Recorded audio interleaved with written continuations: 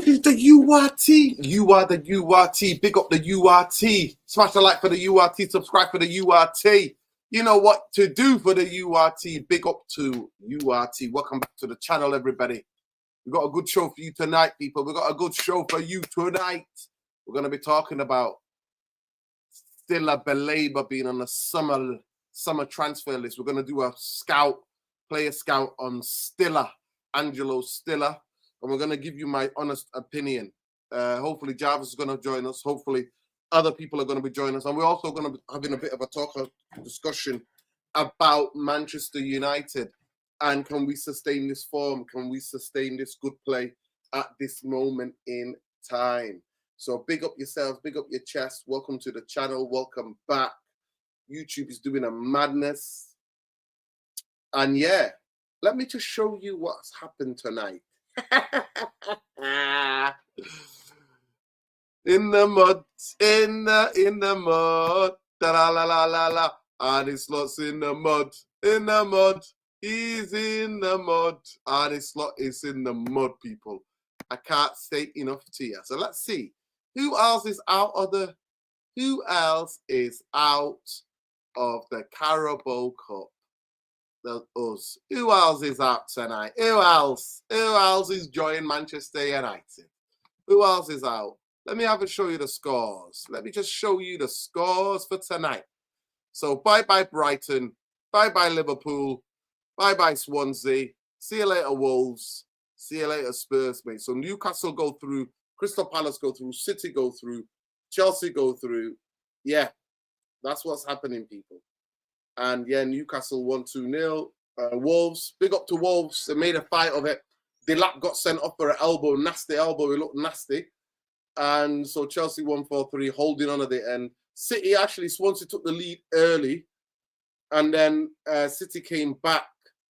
And, Dogu 39, Omar Mamouche, and then Shirky. What a finish by Shirky. Mamouche and Shirky started scoring now, back in the team after their long-term injuries. That's the result, people. Palace have got their number. You know, there's certain teams that home or away, they've got your number. So they played some of their actual young players as well. A lot of the players in their squad. Yarapino scored, Lama scored, and Sarr scored. So yeah, 3 of them. And then obviously Ainello, one of the young players, got sent off. Got sent off in the rain in Anfield. So that for Arne Slot at the moment, it's 5 in 7. Is it 5 games in 7? Or is it 6 in 7? How many games has he lost? Yeah, look, we knew that Arsenal were going to take care of Brighton.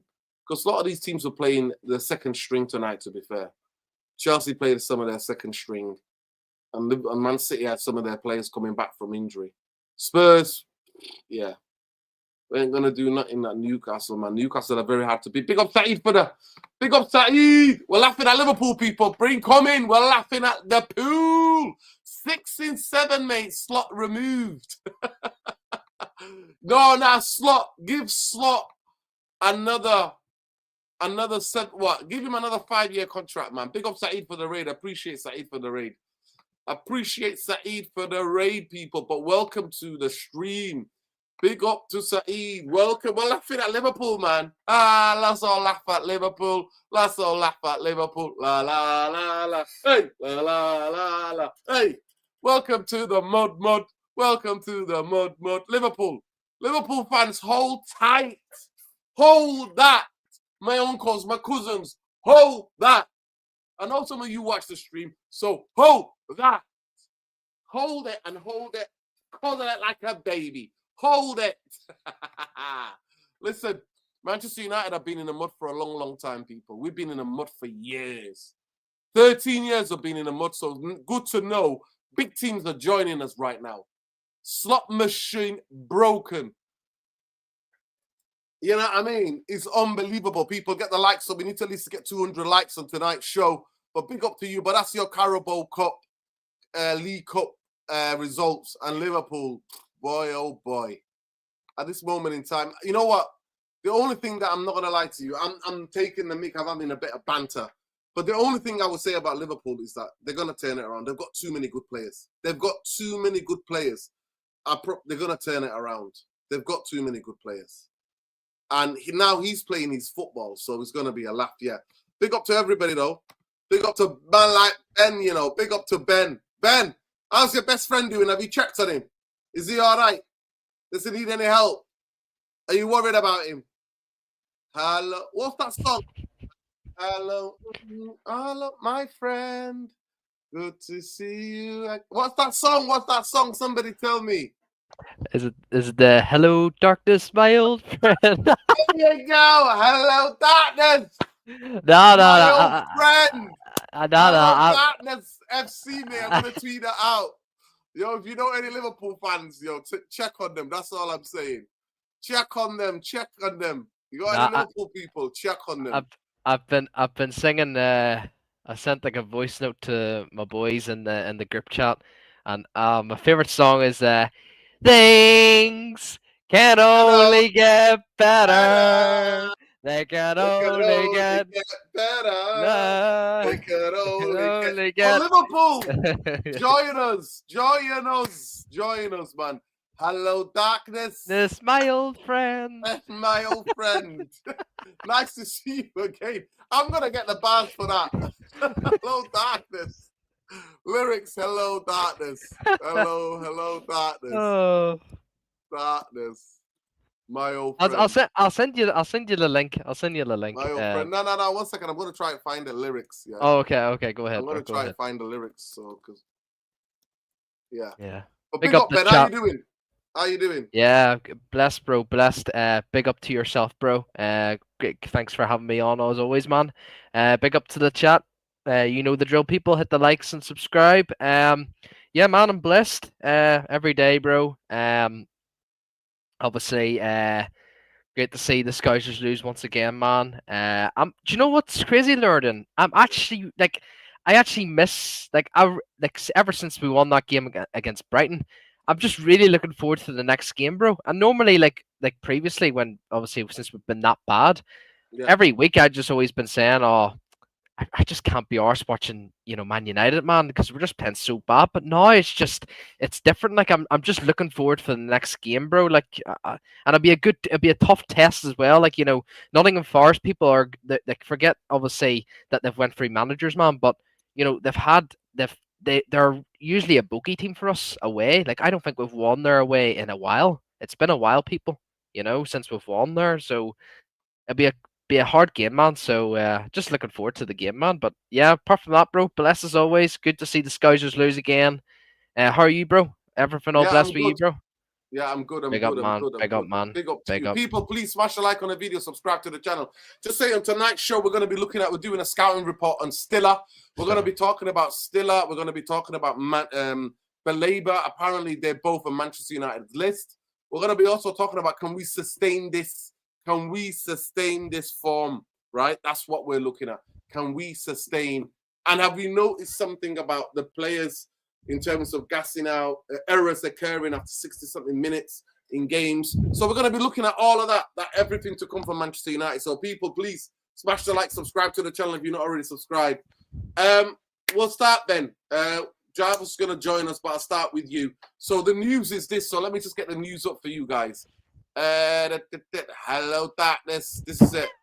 Things can only get better, mate. Liverpool, you want to inject that into my veins. Inject it into my veins, Ben. I'm telling you now.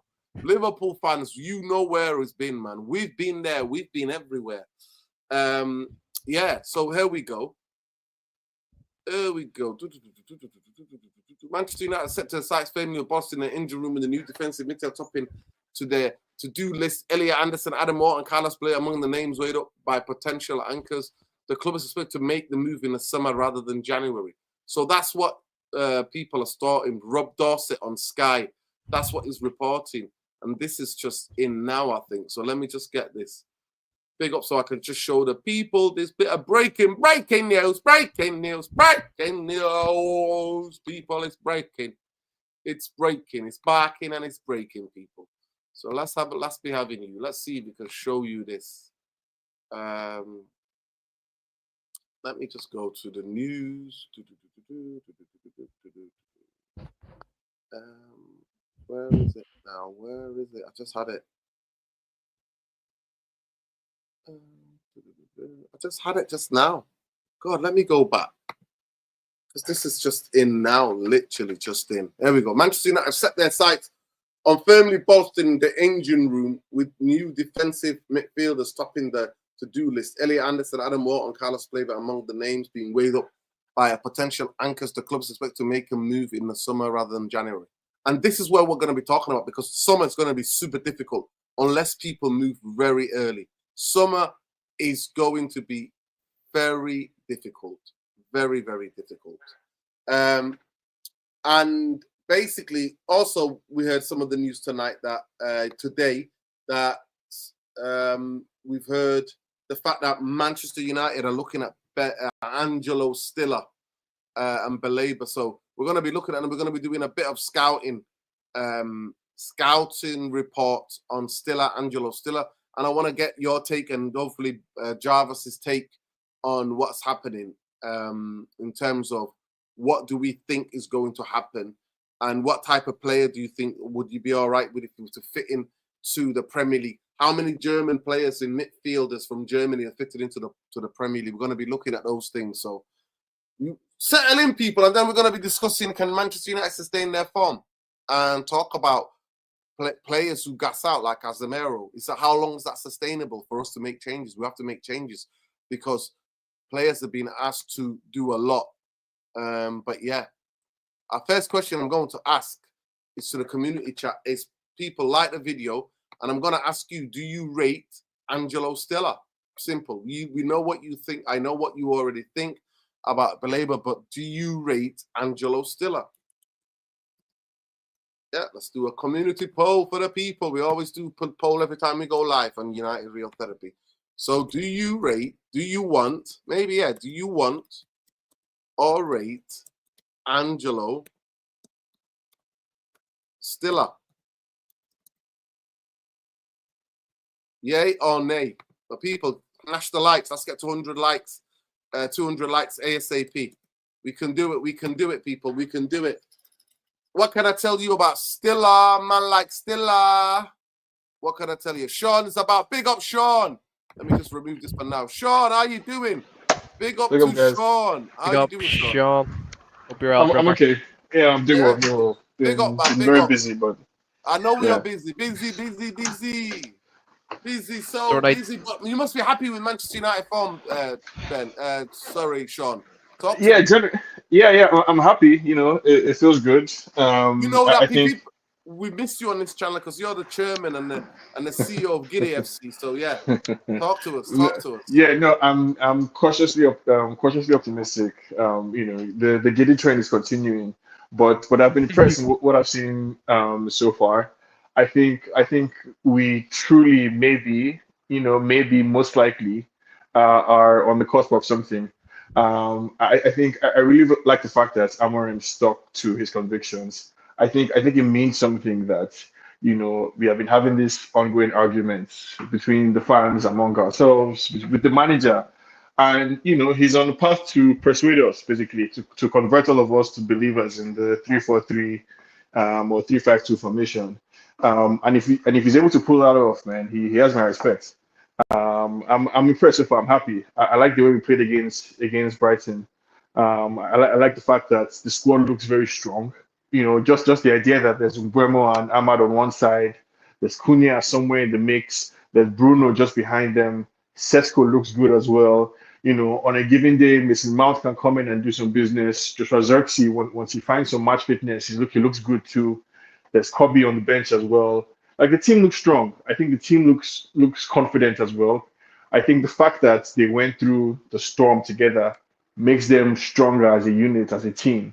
And I think that's really going to go down to our benefit. So yeah, you know, long may it continue. I think that there might still be a few surprises this season, a few more disappointments as well. But I think the foundation now is strong. Like, the foundation is strong. I think the most impressive thing that Amorim did in the game against Brighton, the most impressive thing that he did to me was make the right choices in the starting 11. So sticking with Mbeumo and Ahmad on the right side, correct choice. Switching back from Maguire to Lenioro, right? I know they told us that Maguire was injured, but Amorim a month ago, 2 months ago, last season, might have stuck with De Ligt and Maguire in defense. And switching back to Euro for that game made a lot of sense. Switching from Mason Mount up front to Sesko, playing the actual front three that we all want to see.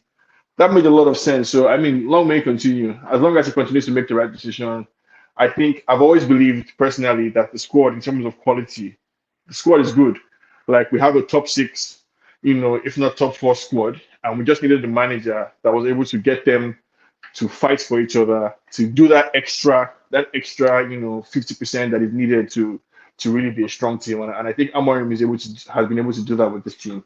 Yeah, no, very impressive. Big up, man. You're on mute. You're on mute. Big up, Sean. So this is the what we're talking about. So people get in the comments. Please make sure that you got at the moment. Do you want Stiller? Angelo Stiller, 80% are saying 75%, 72% are saying yes, 28% are saying no. But let's look in. This is the breaking news that was breaking today from Fabrizio Romano, the guy who's in the agent's ear and club's ear. So Jason Wilcox is one of the people who have been closely monitoring Angelo Stiller over the past few years. Still a Baleba on the shortlist for midfielders, and the summer deal is more likely than January. A fee around 53 million possible. Okay, let's debate it. What do we know about this player, Ben? Do you know anything about Stiller? Do you watch the Bundesliga?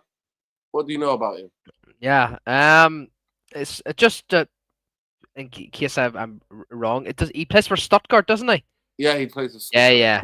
And I mean, I've spoke about it in the channel before, like months and months ago, about the coach for Stuttgart. It was Sebastian Hoeneß. We were actually linked to him. I've watched a lot of Stuttgart because I admire like his coaching style, like how he like operates and stuff, his tactics and stuff in that league. But and I kept a close eye on Stiller. I like him. I do like him. The problem with Stiller is I don't know what like I think he's sort of similar to like it might be mad to say like, but he's similar to like Kobe Mainu. Like I don't know whether he's a 6 or I don't know whether he's an 8.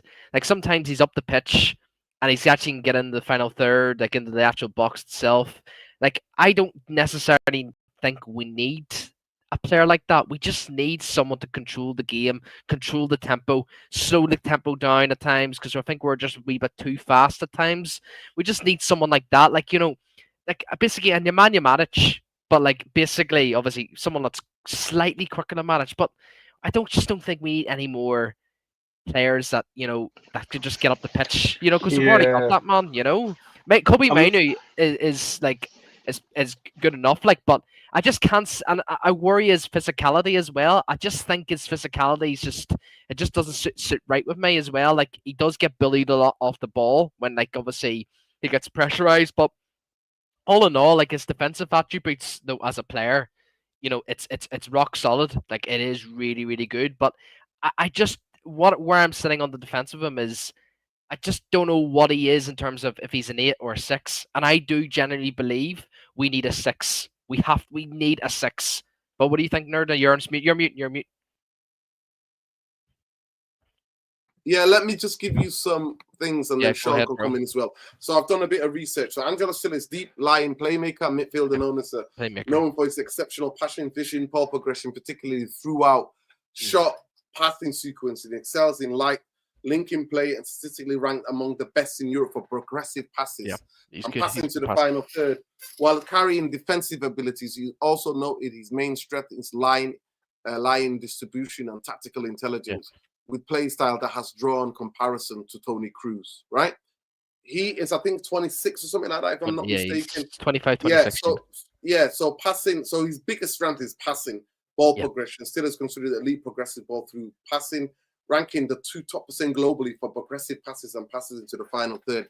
Except breaking the lines with short, incisive passes and also effective long passes. Vision technique. His vision is composure, first touch, standout attributes, allowing him to control the tempo, find passing angles through congested areas. Tactical intelligence, he's adapt positioning himself, receive the ball, can even drop between the centre backs and to help build the play from the back. Passing volume reliability, Stiller is liking the play, maintains high volume passes with completion over 90% of his metric. Now, where he needs to improve or where he struggles, his physicality is not that great. Yeah. He's not physically dominant presence.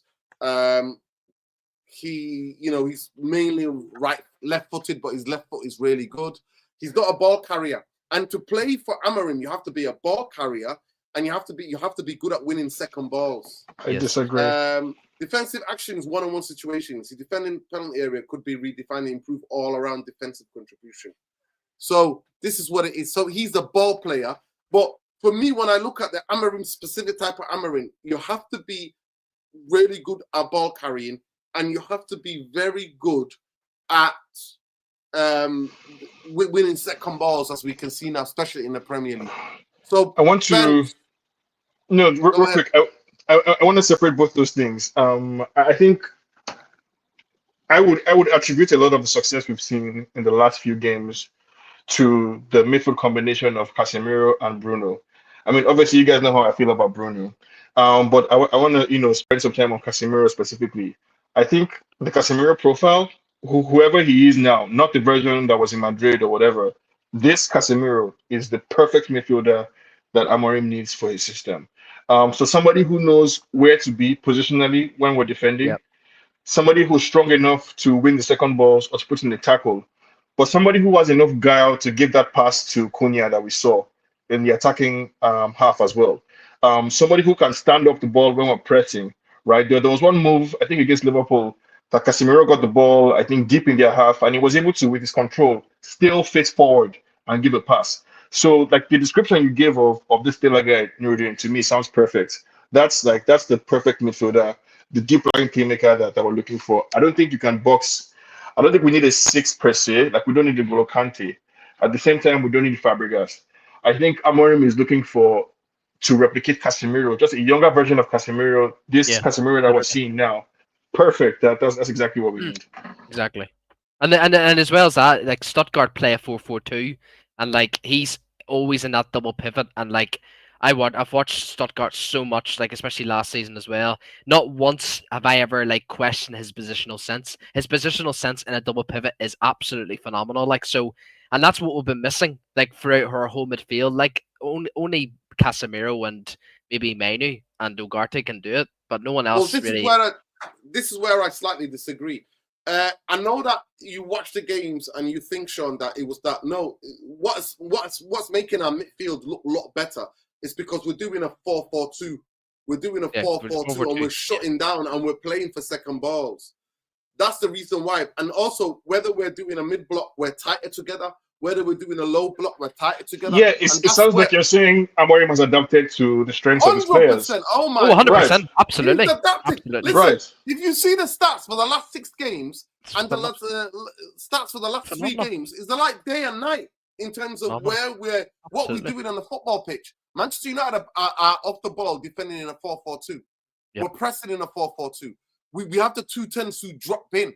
So we're playing almost sometimes actually it's 4-5-1. I'm not going to lie to you. That's what we're playing sometimes. We're doing a 4-5. We're doing a 5-4-1. Sorry, 5-4-1 at times. That's what we're doing. But nothing is perfect yet. And for me, it's because the gaps are stacked. But in the Liverpool game, if we're all going to be honest, Liverpool cut through us left, and centre. And whether Casemiro was on a football pitch or whether Bruno was on the football pitch. And that's the thing we have to accept. At this moment in time for me, and then it shows you both of them gas out after 60 minutes. After 60 minutes, majority of errors come from the team. Bruno's errors increase. Luke Shaw's errors increase. That's to do with stamina. So's Casemiro. Casemiro needs to be hooked up. So that's not sustainable. The thing about Stiller for me is that he's brilliant playmaking. And I think he will work much better in a 3 because he is he can play make. I mean, he's got 90% passing. Oh, it's incredible. 90%. I would say the German league, and also the German league is a totally different league to the Premier League. Facts. That's what I will put. I'm really skeptical because I don't remember that many many German midfielders coming and ripping it up. Tony No. Kroos is likened to Tony Kroos. Tony Kroos was an incredible player, but he was an incredible player in an incredible midfield in Germany. Sorry, in Spain, which the game is totally different to what is the Premier League. The Premier League's more about going more physicality, more second balls, more longer balls. That's what he's going for. But yeah, I'll let Jarvis come in. Go ahead, Jarvis. Ben Stiller, are you a big fan of Angelo Stiller?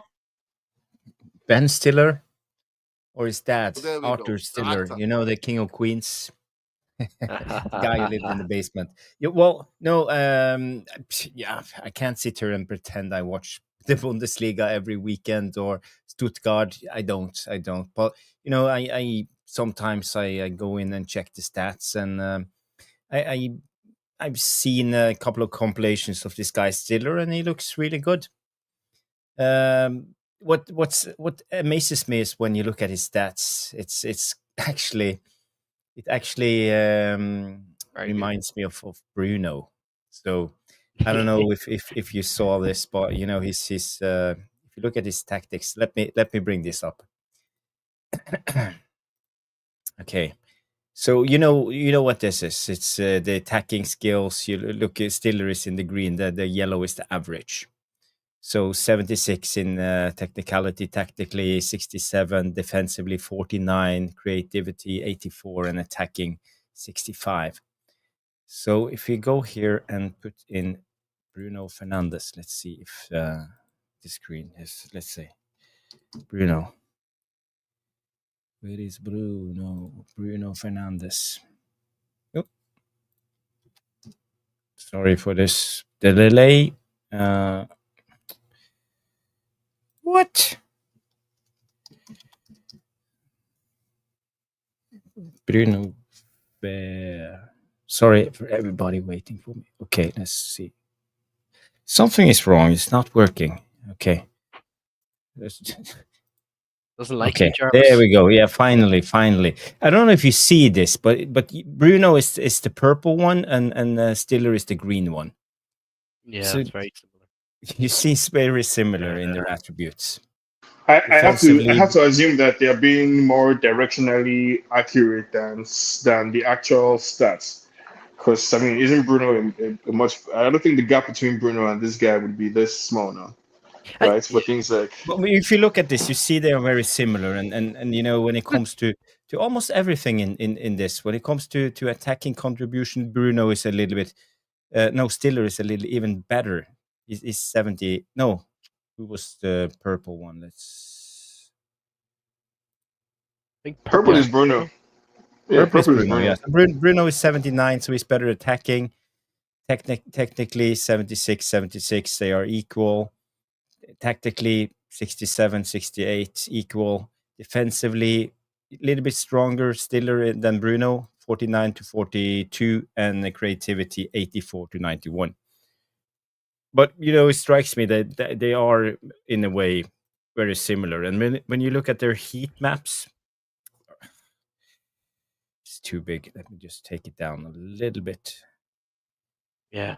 See that There you line? go. There you see their heat maps, and Bruno is on the right. So Bruno's heat map is always all over the place, and but Stiller is more left-sided defensively. This is where he Yeah. operates because he's a passer of the ball. He receives the ball, pass the ball. I think it was Mark Goldbridge who said he had about averages 70 passes a game per 90. So it's quite high. It's higher than Bruno and most of them. I've just gone through that. I think we need somebody like that. I've just done a scouting report, Jarvis, so I'll tell you exactly. Okay, So okay. I'll tell you exactly. Like he is considered so passing, in terms of passing and reliability. So Stiller is involved in linking play and maintains high volume of passes with completion rate over 90 in some metrics. But then you have to take that into consideration what the German league is. German league, Yes. It's More a open. German league. Yeah, very open. No, but Very it matters what his instinct is. Like his instinct is to look for the pass, and more often than not, he's going to be accurate. So even if it takes him a few months to settle into the Premier League, as long as he has the instincts that we're looking for, I think directionally, I think that's the kind of player that we need. Somebody to occupy that exact position. If I this is personally, I'll just say quickly, Ben, Yeah, go ahead, bro. He's not physical enough. He's not No. physical. So physicality, he's not dominant physical presence. He's a Yes. he is not good at ball carries. He's not a carrier of a ball. And defensive one-on-one situations, he's not that great. He's not that great at all.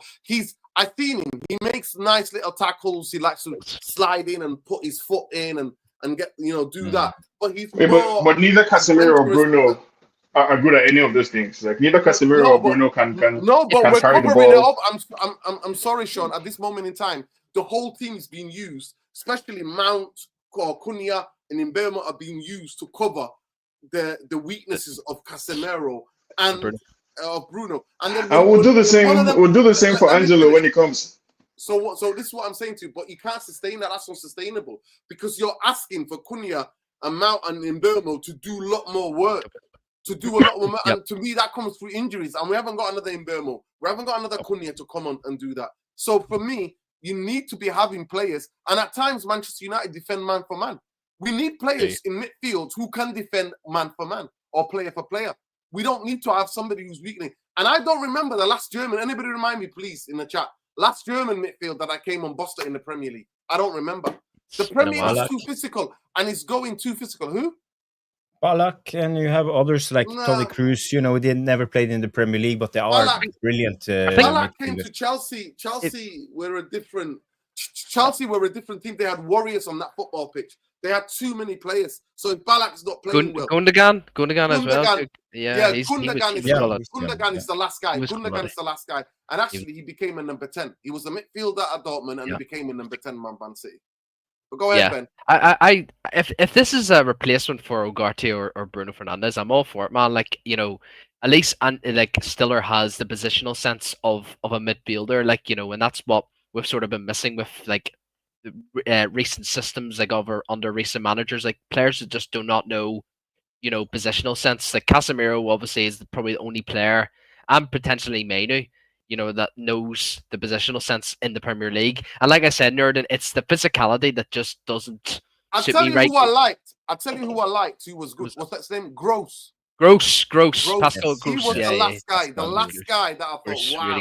Really good player, man. But that's really the good. Brighton system. And that's specific because it's specific to the Brighton system. Is he playing in Germany now? I think he's gone back. I'm not sure where he is. Yeah, maybe he's gone back. Yeah. But I'm just super skeptical because for me, I just look at him and I think Elliot Anderson, Baleba, are more physically what Manchester United need. He gets bullied a lot as well.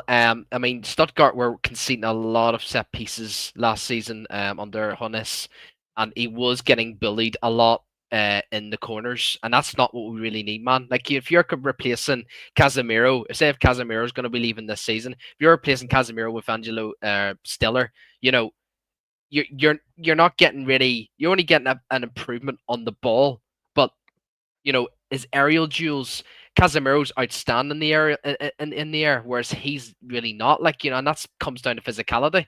And Amarim's spoken about this so many times: physicality, and control. We just need a controller in this midfield. And if this is a Bruno replacement, Ugarte replacement, I'm all for it. I'd happily shake your hand. But if this is just for him to play, replace who?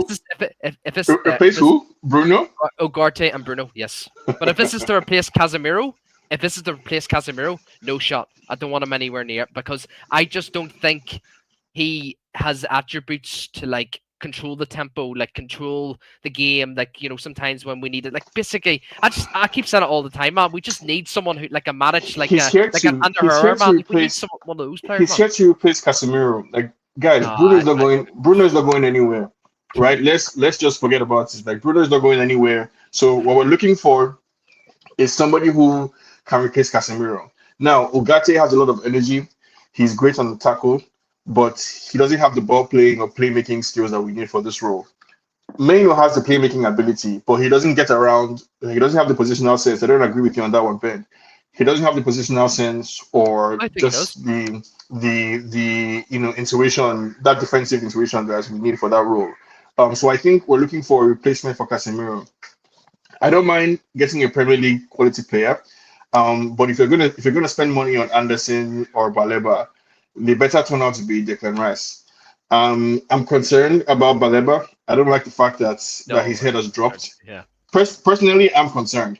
I think if the mere idea of Manchester United is causing you this much internal turmoil, what would happen when you actually wear the shirts? Right. So I think I don't I like the look of Anderson. I don't mind spending money on a Premier League quality player, but it has to be somebody like Declan Rice level that will get us there. So I can understand the club going for somebody like Stiller to just improve the squad quality. So when Casemiro isn't available or when we need to rest Casemiro, we have somebody who we know can because Casemiro is underrated on the ball. Like a lot of our playmaking actually goes through Casemiro, and I think Amorim wants people who can spread the ball like over long distances. He's not trying to play intricate passes through midfield. He likes long passes into down the flanks and over the heads of defenders. So if Stiller has this much passing accuracy and is able to keep the ball rolling and retain possession, why not? Yeah. Um, Yeah, I think you've lost the plot there, Sean, with Kobe Mainoo's positional sense. I just can't believe you said that, man. Like why do you think his positional sense is not good? I'm saying defensively. I Yeah, don't yeah, that's think. what I mean. Yeah, Yeah, I'm saying defensively. I don't think Kobe Mino has that because like I mean, one, it comes from experience, right? Knowing that okay, likely the way this ball is going, it's likely to end up in this part of the pitch, and so I need to anticipate that and I get there. Casemiro does that wonderfully. Like he's thinking 3 steps ahead. I don't think Kobe has that intuition. I think Kobe's best role is just outside the box, the opposition box, basically, or receiving the ball in tight spaces, and coming out of it. I also don't want to burden Kobe with this system. I think I'm coming around to the idea that maybe, just maybe, we should give Kobe Mino the McTominay treatments. I love you, support you from far, but you're not a good fit for this current system. I think we might just have to come to terms with it because I don't think I think the problem Amorim has is that neither Kobe or Gatti can fill Bruno or Casemiro's shoes. Unfortunately, that's just the case. Like neither of them can deliver what he needs his midfielders to deliver on the pitch, and so he has to go into the markets. Because we have one game a week, we can manage right for now. But come January, I would like us to spend between 20 and 30 or 40 million euros on a midfielder. Go get me somebody as good as Mazraoui. Like get me a Mazraoui level quality midfielder that I can expect 7/10 whenever he plays. Not 8 1 day, 2/10 the other day. And obviously this is me taking Amorim at his word when he says Kobe isn't ready. But I think I also sense like I don't think he rates Kobe or Gatti. We I need think somebody else. I think if you have Stiller and Bruno as your midfield too, honestly, I think that's worse than Bruno and Casemiro, in my opinion. I just think you lose so much in that midfield too, Bruno and Stiller. That's just my opinion though. Like no physicality at all whatsoever. Yeah, obviously positional sense, Stiller does it really well, but like, you're just basically having the same situation because Stiller's not really a quick fella. Neither is Casemiro. Like, you're just losing so much. Like if you have Stiller and Bruno in that midfield, like I can't think of anything worse, man. That's why obviously, yeah. I mean, what you saying, Sean? Like, it's looking this way that Bruno's here to stay, bro. But if you're not gonna have someone beside Bruno who's not physicality enough for the league and also good in the ball and can control the tempo of the game and allow Bruno to have that freedom, then I don't think Stiller's the right player, man. If it's to replace, like I said, Ugarte or Bruno, if he was to leave, that's perfect. Perfect, man. Because he Top can man. actually, if you see the stats, FB Ref or something, I don't know what the website's called, but he actually does get into the opposition's box quite a lot. And if you see on the stats, it's quite remarkable. Like how what his stats are when he's in the opposition's box. Like it's ridiculous. Whereas Casemiro is more like the deep line. Like he's probably the last player to obviously be at the back, obviously before obviously the defense hits. Like, but that's just where I stand, man. But what were we gonna say, Jarvis? Apologies. Yeah, I was just going to say, you talk about pace, and I don't think you have to be pacey to play centrally in the midfield. If you compare Angelo Stiller to other players, you have Joshua Kimmich, Luka Modric, Yuri Tillemans, Declan Rice, Barella. So not the paciest players if you look at them. So I don't think it's important to have extreme pace, but you have to have mobility. That's a whole different Yeah, yeah, level. But as a player, I think he would suit us. But for me, I think the debate should be, and we took this debate a couple of weeks ago on Tactical Devils, because what we are actually are asking for is who are we replacing in the first place? Are we replacing Bruno, or are we yes. replacing Casemiro? Or even are we replacing Ugarte or Both. Mainu? We don't know that. Both. We're replacing both. We don't know that. We don't know Don't that. know that, Nerden, no. Maybe the plan is Bruno to stay for 3 more years. Maybe Casemiro gets an extension 1 more year. Maybe it's Ugarte we are replacing. So if it's Ugarte, then there's only one option. It's Elliot Anderson. He should be he's one. he's the perfect player. So for example, Stiller, for me, I think he's more of a deep lying playmaker. We talked about Frankie de Jong for so many years now, and the guy who can drop deep and pass the ball, progress the ball with brilliant passes. He's a passer of the ball, both medium, short, medium, and long term passes. So for me, are we actually going to start playing with a regista, a guy who drops down, receives the ball, and That's what I like. distributes? Yeah. But I don't think Amorim is going to try to do that. Oh, So I'm not quite sure where Stiller is coming into this Amorim system. For me, he's similar to Bruno, but Bruno is a number 10. Yeah, yeah. So why are we buying Stiller? Do we need another number 10? Is that what we are trying to do? So for me, the Stiller signing doesn't make sense unless it's a Bruno. Unless we're 100% sure that Bruno is leaving and he's a man-to-man replacement for Bruno Fernandes. And I don't think Bruno is leaving, to be honest. No. So we have other players, and to be realistic, I think the player we are getting in is Gallagher, because but he's the jack of all trades, and a guy who would actually fit into this, and he can replace both Ugarte and Mainu. It depends, who we want to get rid. I think Elliot Anderson will be way too expensive. Baleba has dropped in form, made us all unsure, and when it comes to Wharton, I think he will be impossible to get also. So both Anderson and Wharton will be too expensive. So that's just me. I don't know if you guys how you see it. My only concern is we haven't really bought a solid midfielder, or really we've had any good luck outside of the English Premier League. It's just been constant failure after failure. And obviously we just recently bought Ugarte from PSG, and it's not worked out really well. That's the only concern I have, man. I mean, I was at the Northern Ireland game against Germany, and I know obviously people take us into consideration it is international football, but Stiller actually came on for that game. And obviously, yes, we sort of played a 5-4-1 formation. We set obviously a mid to low block.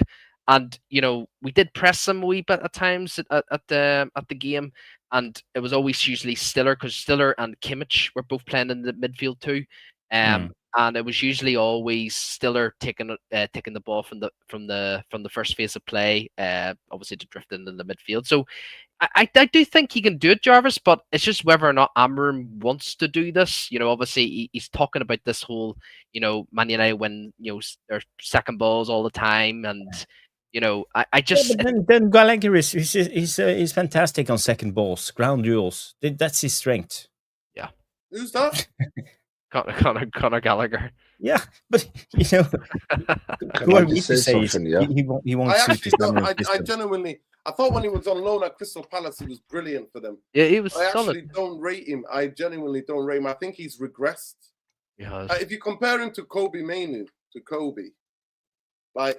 this is what it is. I just think the stats are just way better in terms of what is on Kobe's side for me. Kobe is a lot better player. like in terms of take-ons, touches, progressive. Even the tackles. Like, look at the tackles too. Like, yeah, Kobe tackles really good. Yeah, Aerial duels. Aerials, like, that's perfect. That's perfect. Yeah, well, just how you doing, balance. guys? Well, yeah, big up, but big up, Trebs. Pass completion, but obviously he's not played football, and Kobe needs to leave. They've done that video. Go and check it out, people. We did that video yesterday. People were nowhere near any of the likes on the video as we like, so I don't know what's going on. People just don't want to like the video. We're shadow banned. YouTube is doing a madness on us, so the least you could do is like the effing video. We don't have to be here doing this content for you, and it's free. It's on bloody YouTube, so the least you can do is like the video. I think Kobe. Yeah, big up Trebles. How you doing? How you doing? You good? I'm I all didn't good, see your man. message on Saturday, man. Forgive me. Listen, I think Saturday's game, it was a very good game. I think we played well. I was a bit nervous when they scored the second goal. I think we were all nervous. That was very bad defending from Xerxes. You should not let a midget be in the air. To be fair, it was a brilliant movement. Sometimes you have to give credit to the movement because he goes on the wrong side of him and then comes around him and then gets first contact. But Nerd, I'm sorry, Nerd. Even if you're playing in the zonal market, man, you should always be constantly looking, bro. If that's Xerxes' guy, yes, if he's trying to like do a loop around him, like you've always got to keep an eye on what's going on in the actual box itself. Yes, obviously Xerxes hasn't been playing football much at all, because obviously Amram doesn't rate him. But even still, the basics, just do the basics right. Xerxes good in the air, man. People. It's harsh, obviously, that we're putting the blame on him, like, but at the end of the day, Nerd, it's tactics. No, 100%. Basics. I'm just saying to you, it was a brilliant piece of play by that young Greek player. Yeah, it was good. That's all I'm saying, because he doesn't get against him. He literally goes on that side of him, the goal side of him, and then comes around him, and then bam, brilliant header. He should have put an arm across. You do that by knocking him, just knocking him a little bit, but he didn't. It was too late. Big up, I am Titanium. Apologies, I didn't see the super chat. I don't know Bilal. I don't know much about Stiller. But yeah, I've got some notes. I did some research this afternoon. So yeah, he's an interesting guy. No, what I was about to say is, I'm not. What do you know about Stiller? Talk to me about Stiller. Do you want Stiller, the German kid everybody's talking about? I've not seen that much of him. I'll be honest. I just think Nuruddin. I'm not going to get carried away with these wins. We got tough games against Forest and Spurs. I think them 2 games, Forest and Spurs away, I know Spurs lost their way. I think they've lost today, but that's a Carabao Cup, innit? And they've lost against Villa, they've lost against Bournemouth. So to me, from Forest and Spurs will tell me what I need to know. Until then, we've won 3 league games, and everybody celebrated like we just won the Premier League. We just won. Listen, we've been here before. We've been here before. By the way, it's 18 months, I think, since the last time we won. No. If we beat Forest and Tottenham, to me, that's when I think we might see a bit of change. But until then, I'm just going to remain humble, take 1 game at a time, because them 2 away games, you're going to build confidence going to Everton on a Monday night. Then you got West Ham. So West Ham are doing very bad right now, even though they got a new manager. I think the confidence will be there. Do you know what I'm saying? But if you drop points, because I've seen your tweet, Forest, I know their game plan. Correct me if I'm wrong. Sean Dice, go long. Simple. They're not going to try to play football. If they try to play football against us and win, I'm going to have to ask everybody serious conferences questions. No, I'm not trying to hear Sean Dice. But I know he done it with Ten Hag. He bought them off the park, like you said a few years ago. I'm not trying to see that at Manchester United, Nuruddin. Well, they beat us twice. They beat us twice last season. They beat us home and away. And the season before that, remember the season before that, I came back. Yeah, but he was Sean Dice was the manager. And they nearly beat us as well the season before that. Yeah, but this is Sean Dice now, bro. No, of course. And to be fair, Sean Dice wasn't that great at Everton, and people didn't buy into him. But he's going to change. They didn't have any midweek because they've already got knocked out by Swansea, who were knocked out tonight by Man City. So they've had the whole week to plan. And that's why you hear Morgan Gibbs-White try to get us into a false sense of security, going, Manchester United are amazing. So when they beat them if they beat us on Saturday, he'd be like, yeah, we beat a team that's on fire, team that's been on form. So yeah, leave it out. We know the physicality is going to be different level of physicality. We're going to have to break them down. They're going to be local and give us the ball. We know what happens there. That's how they play against us. That's how they beat us before in the past. Twice have they beaten us, I think, in the last couple of years. Yeah, but you're not factoring one thing. They haven't got Nuno no more. That's our advantage. Nuno's not their manager no more. Yeah. Nuno's not their manager. And I just believe Sean Dice, we can beat him. Bro, we've beaten 4-0 when he's at Everton, and Everton have better players than Forest. Let's be honest. Look at Everton play squad compared to Forest. So I'm not trying to hear that we can't beat him. I'm not trying to hear we can't beat him. I can't say that. These Forest players, some of these Forest players went to European, and Everton have not been in Europe for a while. Murillo, unbelievable, bro. He's been phenomenal for them. But big up to you, though. But Jarvis, I wanted to ask you, so can Manchester United sustain this? Can Manchester United sustain this level of form? We'll go around as well, people. Can we sustain? Do you think we can? No, I've got work tomorrow. I'm gone, yeah. Yeah. Big up to you, Treble. Big up. Yeah, well, people talk about Amorim, and a lot of us mentioned that, he's changed his style or he's adapted to the Premier League. But, when you look at it, when you go back, you look at other games we have played. If you look at, you talked about the 5-4-1, for example. When you look at how we set up, for example, last year when we played against Brighton, we set up in the same way. We did the exact same thing, but we lost the game. So tactically, it hasn't changed. If you look at it, but we've got a different personnel. We have different personnel of players, and actually, the players were more confident after beating Liverpool. And actually, Brighton this time, Jarvis, played into our hands. They played into our hands.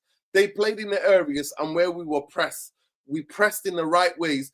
And also, we're doing a lot more long balls. Let's be real. We're not trying to play out from the back.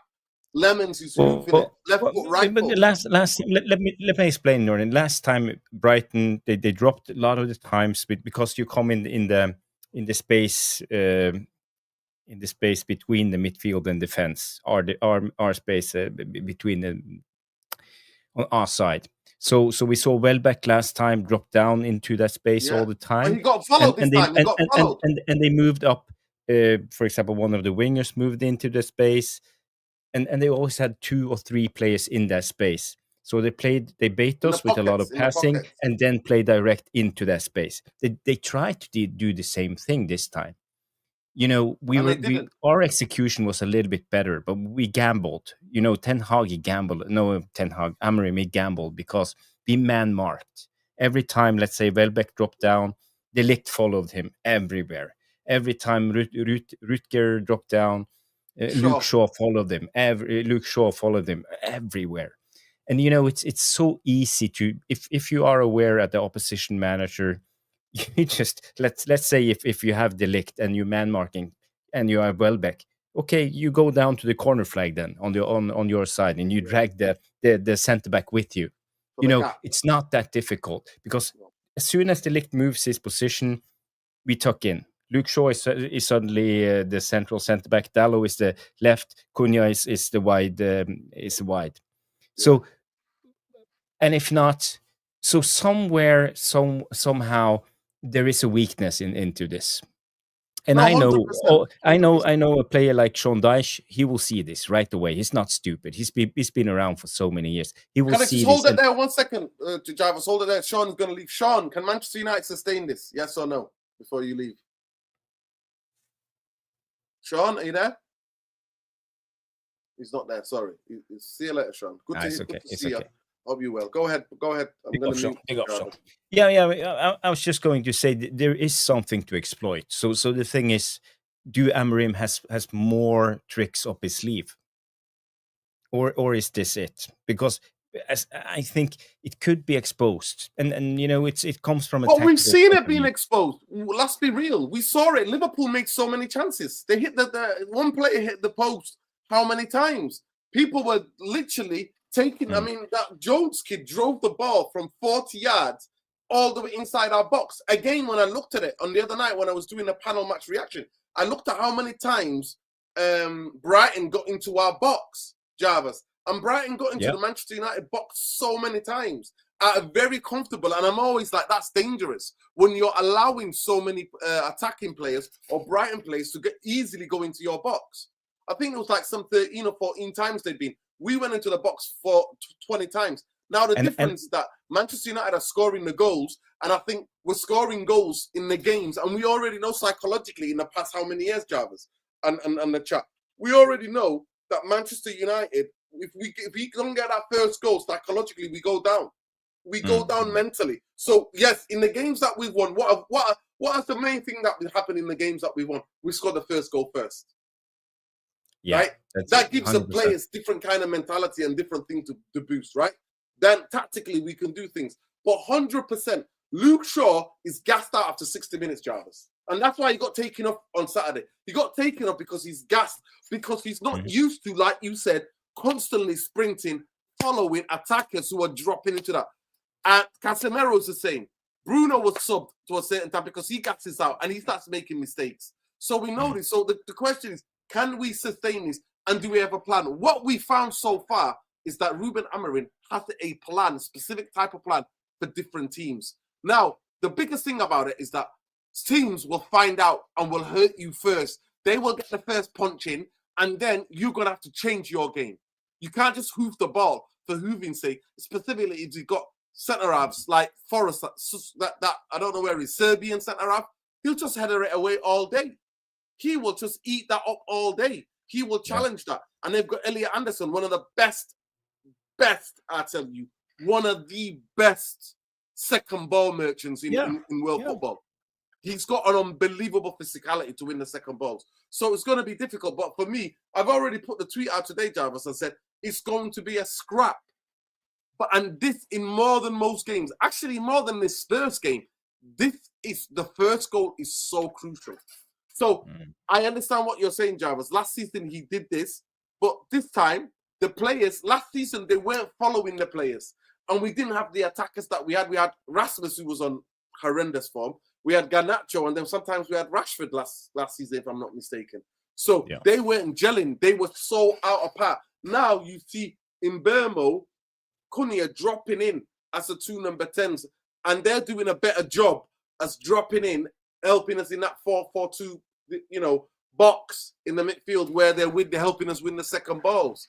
I mean, typically, if you saw the press for the second goal, which was Casemiro's goal, Jarvis, that typified it. That was from an attack. And the reason I watched it again today, Jarvis, and the reason why he was up there, Ahmad, is because Ahmad was up there for an attack. And that's why Amarim's asking, it don't matter. If with the press trigger goes, everybody presses. That's why Ahmad is up there and in the beginning of the move, and you see Mbeumo more on the right wing, and you see Sesko go to the left-hand side. But you see the interchange, yes? Yeah, the interchange. But for me, all of this is specifically because psychologically we know this team, Jarvis and Ben, we know the goal goes in, psychologically they go down. They drop. Mentally, they're here, and then they just drop.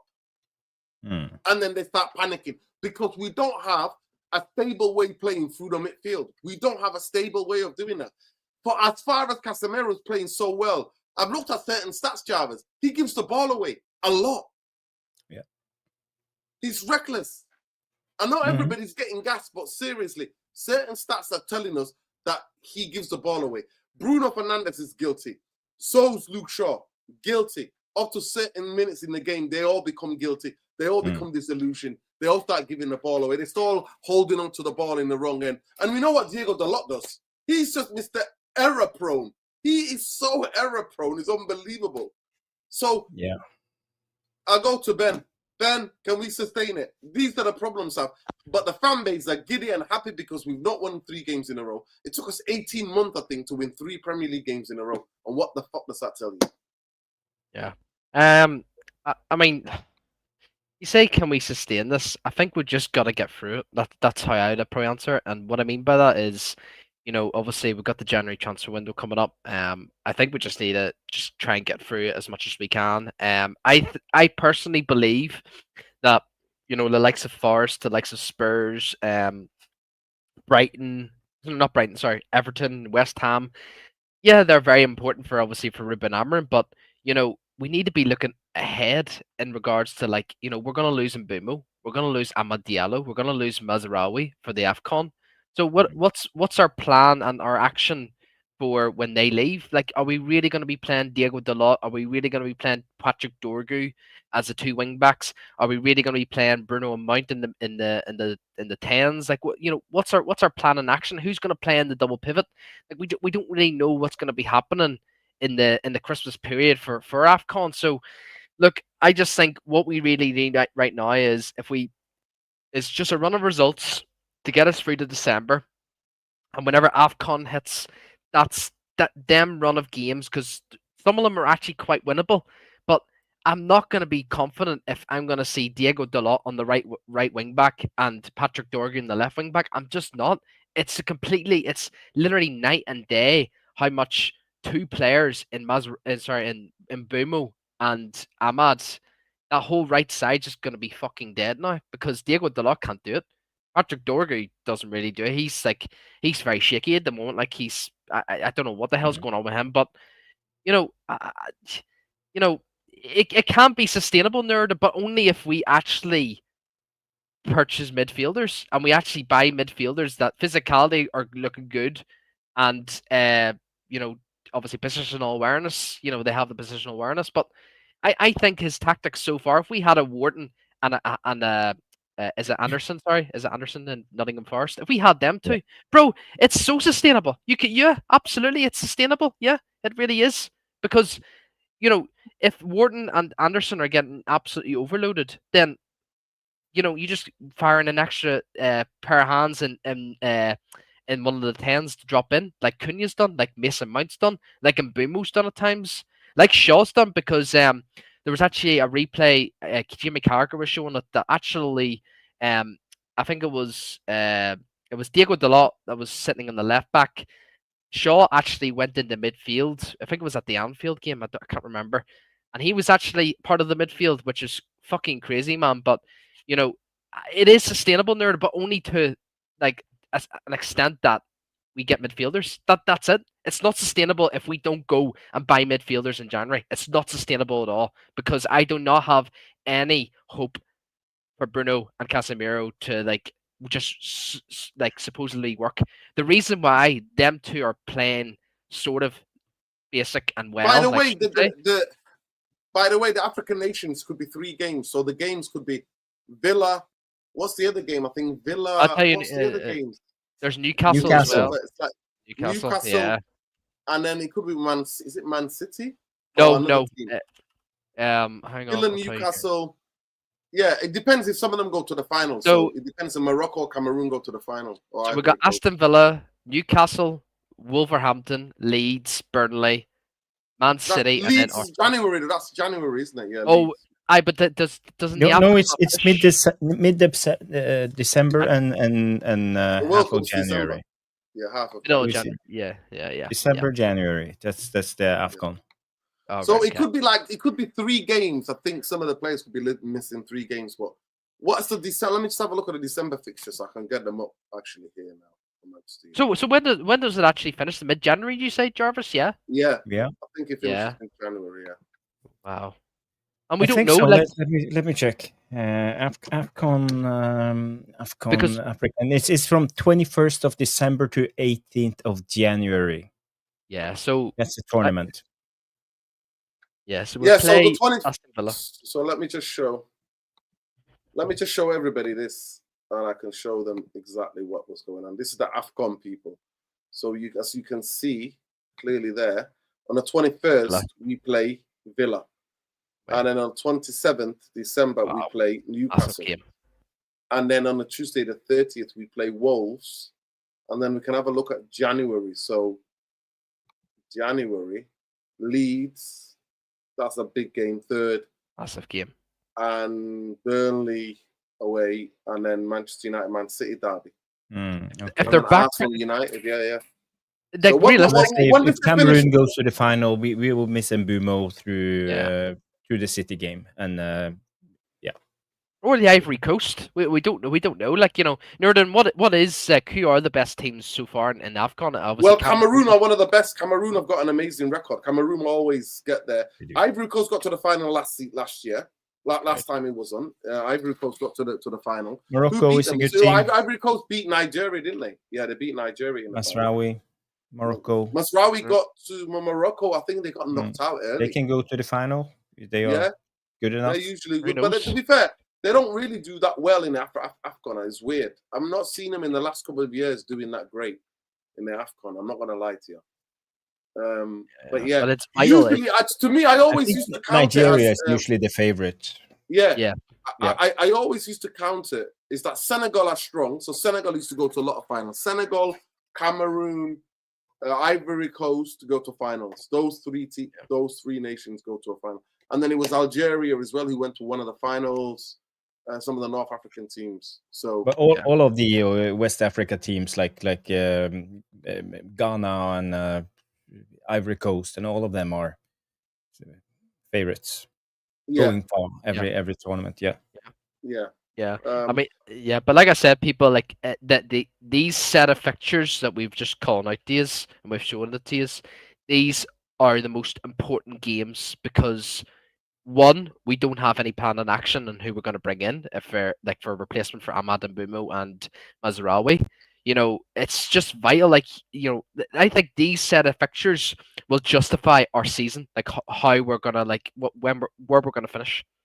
And if we do well right up to the Afcon, like if Amram keeps winning a lot of these games, then it's a good start, obviously. But I still really worry about these set of games, man, because I'm not having Diego Dalot and Patrick Dorgu as my wingbacks, and potentially Bruno Cunha and Sesko. Like, you know, I mean, yeah, obviously Bruno could probably do a job in the 10, but and it's good. It probably would mean Ugarte or Mainu gets game time, but I just don't know where we go from here. I really don't. Like, we just need.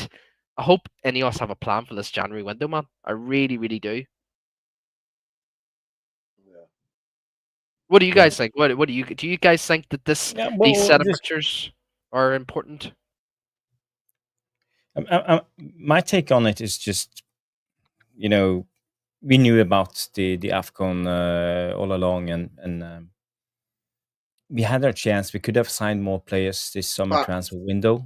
Max. I think we are taking a calculated gamble. As far as we know, Ineos is happy with us getting top 8, top 7, qualifying for Europe. I think that's the main target. It's not Champions League and top 4, top 5. So this is where they stand, you know. And as I said, it's a calculated gamble. The worry is our best players are out because, you know, as I said, that there's no difference between how we played against Brighton this season and last season when it comes to tactics. How we defend the 5-4-1 or how we set up, how we press, all of this is the same. But it comes down to quality. And we lose out on players like Mbumo because he has the X factor, he has quality. Same with Konya as quality. Konya will be here, but again, so Mbumo will be the players who will be difficult to replace. And Ahmad on normally we Ahmad as would well. have replaced him with Ahmad, but Ahmad is also going to the AFCON. So the right wing will be the problem. So we have to rely on players like Bruno, maybe. Yeah, you know, and that's a worry. Or we could see something like. Do you think this is how Kobe Mainoo gets in the team, Jarvis? Do you think that he'll probably move Bruno to the right? Yeah, it could be. It could be. Or we could see one of the academy players coming up, Lacey, like Sean Lacey, Sean Lacey. Yeah. But again, you know, when it comes to the quality replacement as Mbumo represents, Shea Lacey, you know, I wouldn't put that on Yeah, the he's young a young guys' kid. He's a shoulders. young kid. It's- But yeah. he's really good actually. He's quite good. But you know what? Sometimes he makes young players. Sometimes they catch fire, Jarvis. But Yeah. is he training with the first team on a daily? Is he doing magic? Is he up there? He is. I think he's been training with the first team a lot of the time. So I think we know where he is, or Amorim knows where he is, and I think he can do quite well. But yeah, but the problem is, as I say, lack of quality, because we had the same tactics last season. So and in a way, this kills the debate of Amorim in or out, because he's still doing the same thing, and now we are winning, but we have better quality. So still, maybe we need to be patient. Maybe we need to just see out this season, because we need to replace at least 4 players. I would say No, Yeah, both, I I think agree. 5. I think I 5. both 5. wing backs and 2 Shaw. number 6. Yeah. That would I think we be need. I think Manchester United need 2 centre halves. Yep. I think we need definitely 2 midfield players. That's 4. We need at least 1 wing back or 2 wing backs. we need 2 wing backs. Yeah, We need And to. So that's and 6 maybe Jarvis. That's 6 Yeah. players. Yep. and we need a second striker. Yeah. That's Well, this is what I'm saying. We're back to where we But are. but People, at we're not least even 4. 100 Let's say likes at least yet. What's 4. going on? We're not even 100 And- likes yet. We've been live for an hour and 10 minutes. And we already know how much it's impacted us, bro. Like, you seen the likes of the Brighton game, the Liverpool game. Like, we know how like dead our left side is, like in terms of Cunha and Diego Dalot. There's no chemistry at all. There's no flow that side. It's always on the right side with Ahmad and Mbumo. Just think about it. If we're struggling that much on the left hand side, because obviously Dalot doesn't want to overlap with Cunha, and there's just not the chemistry's just not there between the two. Think about this. If Dalot is on the right hand side with Bruno Fernandes and Patrick Dorgu's on the left with Cunha, we're going to see struggles. We actually are going to see. We're actually going to struggle a lot. And I actually think if somehow Amorim gets through these results with these players in the team, and we actually get quite a few wins, which hopefully, fingers crossed, we do. I think this, and say obviously with the tactics, obviously what he's doing right now at the moment are working. If he somehow gets these results, this will tell us that all the Amorim riders, yes, be Amorim out all you want, but at least he's got through this, and it'll actually justify that whether or not he is capable to keep us, like, to be a coach still for Man United. Yes, I still think he should have been sacked, but there's still bigger fish in Man United right now. It's not only just Ruben Amorim right now. So I think these games could be really big, both positive and negative for Ruben Amorim. If it goes really well, then obviously I think all the Amorim inners would be all in the argument with the Amorim outers. Like, but as I said, with you, Jarvis, you've always you and me are kind of similar in terms of like when it comes to managers. I still think that Ruben Amorim is the least of my concerns. If we even lose the next 5 games, I'm still not going to be right. I want Ruben Amorim out right now. Right now, no. It's just you're not going to get anywhere in life with Man United if you're just going to sack a manager. You need to go deep. I'm just like, we're not changing manager mid-season again. That's I'm not another thing. having- Yeah, absolutely. we are terrible doing that. So no. At least we will have to just, even if you're Amorim out, I think you just gotta accept Amorim will be here for the full season, and we will see how it goes. But I still feel and I believe that right now we are in a position where we can actually get Europa League next season, come in, let's say 6th, 7th or 8th. I feel we are in a position to do that. Is it sustainable, the Amorim system, how we play at That's the not moment, good enough. and the That's players? not good enough, Jarvis. Well, I think we are good enough, but No, that's something not can good enough. happen. That's not good enough for Manchester United to have Europa League football. That's not good enough. But I'm sorry. No. But the thing is, it's better to walk in the right direction than run in the wrong direction. It's how you want to. We need to be patient and in this moment of time, because even though we are not supportive of Ratcliffe or the Glazers or the owners, or some of you not even supporting of Amorim, I think we gotta understand the situation we are facing. With the players we have, with the wages, with all the mess. It will take a little bit of time to sort it out. It can't be fixed just like But I with the don't magic trust the wand. difference. That I don't trust. That's what I'm saying. We're in a pickle.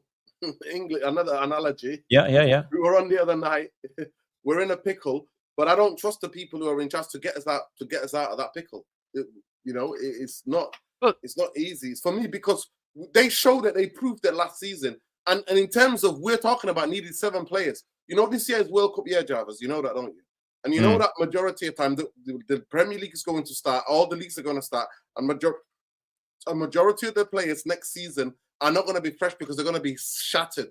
They're going to be shattered, and when they come back, there's going to be that absolute chaos of getting them back again. So the start of next season, if Manchester United, even in terms of the players that we have an eye on that we want to bring, if we don't agree certain things before the World Cup, it's too late. Because then you're waiting all the way down. And we're not going to be able to play any of those signings, Jarvis. We're not going to have them for pre-season properly. So how's that going to work? Yeah. But why do you not think it's like just want to obviously clarify this, Nerd. Why do you not think it's going to be good enough if we say get Europa League? Would you think? First of all, I have a total dislike of that competition. Okay. Manchester United should not be in it. It shows you where the standards have been, right? And I think Thursday, Sunday fucks up your So would you rather Man United get no European football, or would you want us to get? Yeah, I mean that's what I'm saying. Anything that puts a spotlight on Glazers and yes, and, okay, and Jim the Rat. But for me, I don't think I'm not seeing any coach navigate properly. Yeah, the league and the Europa League at the same time. You have to concentrate on one, and then you're going to be losing games. We're going to go through the same bullshit again. So that's why I don't want any Europa League football. Because to me, I'm sorry to say to anybody, the league is the bread and butter. I judge Manchester United in 38 games. I don't judge them over so the Glazers and Ineos can fill their pockets for having games in midweek. Yeah. That's my honest opinion. Yeah. The Champions League, that's a totally different story because that's a traditional cup. And our club is synonymous with that competition. I understand where Jarvis is coming from. Yeah. I always say it. You have to sprint. You have to walk before you can sprint. You have to, a baby has to, get around a little bit, get on balance and stuff like that, fall before they can then, you need to walk a little bit and take it easy. But I don't think the right people are in charge, Jarvis and Ben and the chat, to get Manchester United back to where we need to go back to. Yeah. They're not doing that. They don't back any coaches. They're all about signing young players, and they want to make money from young players. You heard Jim the Rat came out in an interview with the Times, said, "Oh, the academy, because we're not making money from it. We need to make money from it. We need to get sales from the academy." So this is what it's becoming. It's becoming that type of club. We turn player like a factory, turn players over, get profit. And that's playing devil's advocate. It's not Ratcliffe's fault that the FFP rules or the profit and sustainability rules are the way they are. You have to sell. All the players have to do it. No, I understand. But Jarvis, I understand that. But when have Manchester United become to look at everything? Manchester United earn enough. I'll come back at you. Manchester United earn enough for be able to sustain themselves in the Premier League. The biggest fucking elephant in the room is the debt. Yes. 100%. Yeah. And that's my comeback. And what has Jim the Rat Glazer and what have the Glazers got for the plan to get rid of the debt? Zilch. Yeah. Nobody, not even one journalist, has ever had the gall to ask Jim the Rat. Yeah. You know the FFP won't. Do you know the FFP will not apply to us if the debt wasn't there, Jarvis? You know that, don't you? Manchester United make enough profit a season. Yeah. We've heard it, bro. We've seen it. Preaching to the choir, I'm Glazer South, and I don't want them here. I know they have messed up that club, but my take is just trying to look at it from a sensible perspective. How can we actually fix the situation that we're in, and what they have to do? I 100% understand, but this is not. I'm not. It's not. I was attacking you or shouting at you. It's not meaning to. It's for the audience. So when somebody says that to them, like you did, when you say, "Oh, so, the FFP is not the Glazers' fault and it's not Jim the Rat's fault," then you come back with, "That's what I'm saying to you. I'm stressing this because that knocks it out of the water. What I said knocks it out of the water. The biggest elephant in the room is the debt, and if the debts wasn't there, Manchester United make enough money a season to be able to sustain itself as a football club. But nobody, no journalist, nobody would ever ask them, what is your plan? Everybody wants to talk about this effing stadium, which means more debt, more I debt. agree. And by the way, today the news came out, it's going to be 2030, 2031. 32. It's going to, I bet you, by every 6 months or 3 Unbelievable. months, it's going to go 32, 31, 33. But we'll go. But even still, like if somehow, like I do question about this fan base, man. Like all the fans, like I even there's some people in Mandem talk too, Nerdin, that say, "Oh, Man United need Champions League football." Yes, Champions League, Man United should be Champions League, but bro, it would paper over the fucking cracks in terms of the Glazers and the biggest issue at this football club. Whereas, like I said, if we had no Europe or no Champions League, if Amron does finish 7th or 6th or whatever it is that doesn't require Europe, it's still like, yes, we finished 15th, but if we're still playing the exact same how we're playing right now, like how Amram's adapted, then, that's, in a way, that's progress, because, he's finished 15th. We're actually, we can see tactics, we can see patterns of play. Yes, the midfield's still shit, but hopefully that'll get fixed in January and hopefully summer. So let's just kick on. And like I said it so many times. Big up to Andy Tate. Big up to Andy Tate when he was on the show. It would have papered over the fucking cracks if we would have beaten Spurs in the final. It would have papered over the fucking cracks. I'll be honest with you right now. Ruben Amorim would have easily 100% would have been sacked right now if he was in the Champions League right now and with these results. But the only reason he's not been sacked is because we're playing one game a week. And you know what? I'm actually really happy because I remember you said, Nerd, in so many fucking years ever since I've watched you, every coach needs to come in and always has like one game a week so they can have a full week of training to go over everything in the training ground. And what we're seeing right now in these past few games, it's helped big time. No one can tell me it's not helped, because people always say, all the Amber Riders say, "Oh, it's because of the quality of the players. That's why it's all individual brilliance." No, Amram's actually adapted to the Premier League. Right now, we're seeing a new Amram right now. But yes, he still need to do way, way more than what he needs to do right now. But this is what I'm saying, bro. Like, if we don't get the Champions League, improved on what we improved on, and to me, it's the second balls, contesting second balls. And I don't think we were nowhere near last season contesting second balls. But even off the ball as well, we don't see apart from Liverpool, we've not seen a 5 at the back, off the ball. Like, you don't really see 5-7 defenders now. We don't rarely see that at all, Nerdin. And we said that last year all the fucking time. So many fucking times that, Man United play 5 at the back. We don't see that anymore. We don't, except for Liverpool game. Yes, you can argue that. But like I said, people, I don't really give a shit if we don't finish Champions League or Europa League. Yeah. Like, I really don't, because it just paper over the fucking cracks. And Andy Tate always said it all the fucking time. If you get silverware in terms of the Champions League or Europa League, that's money in the Glazers' pocket and Sir Jim's pocket. So why are we doing this? Like, why are we doing this? We just seen today, this week, big up to Sheffield Wednesday fans, big up to every single one of them.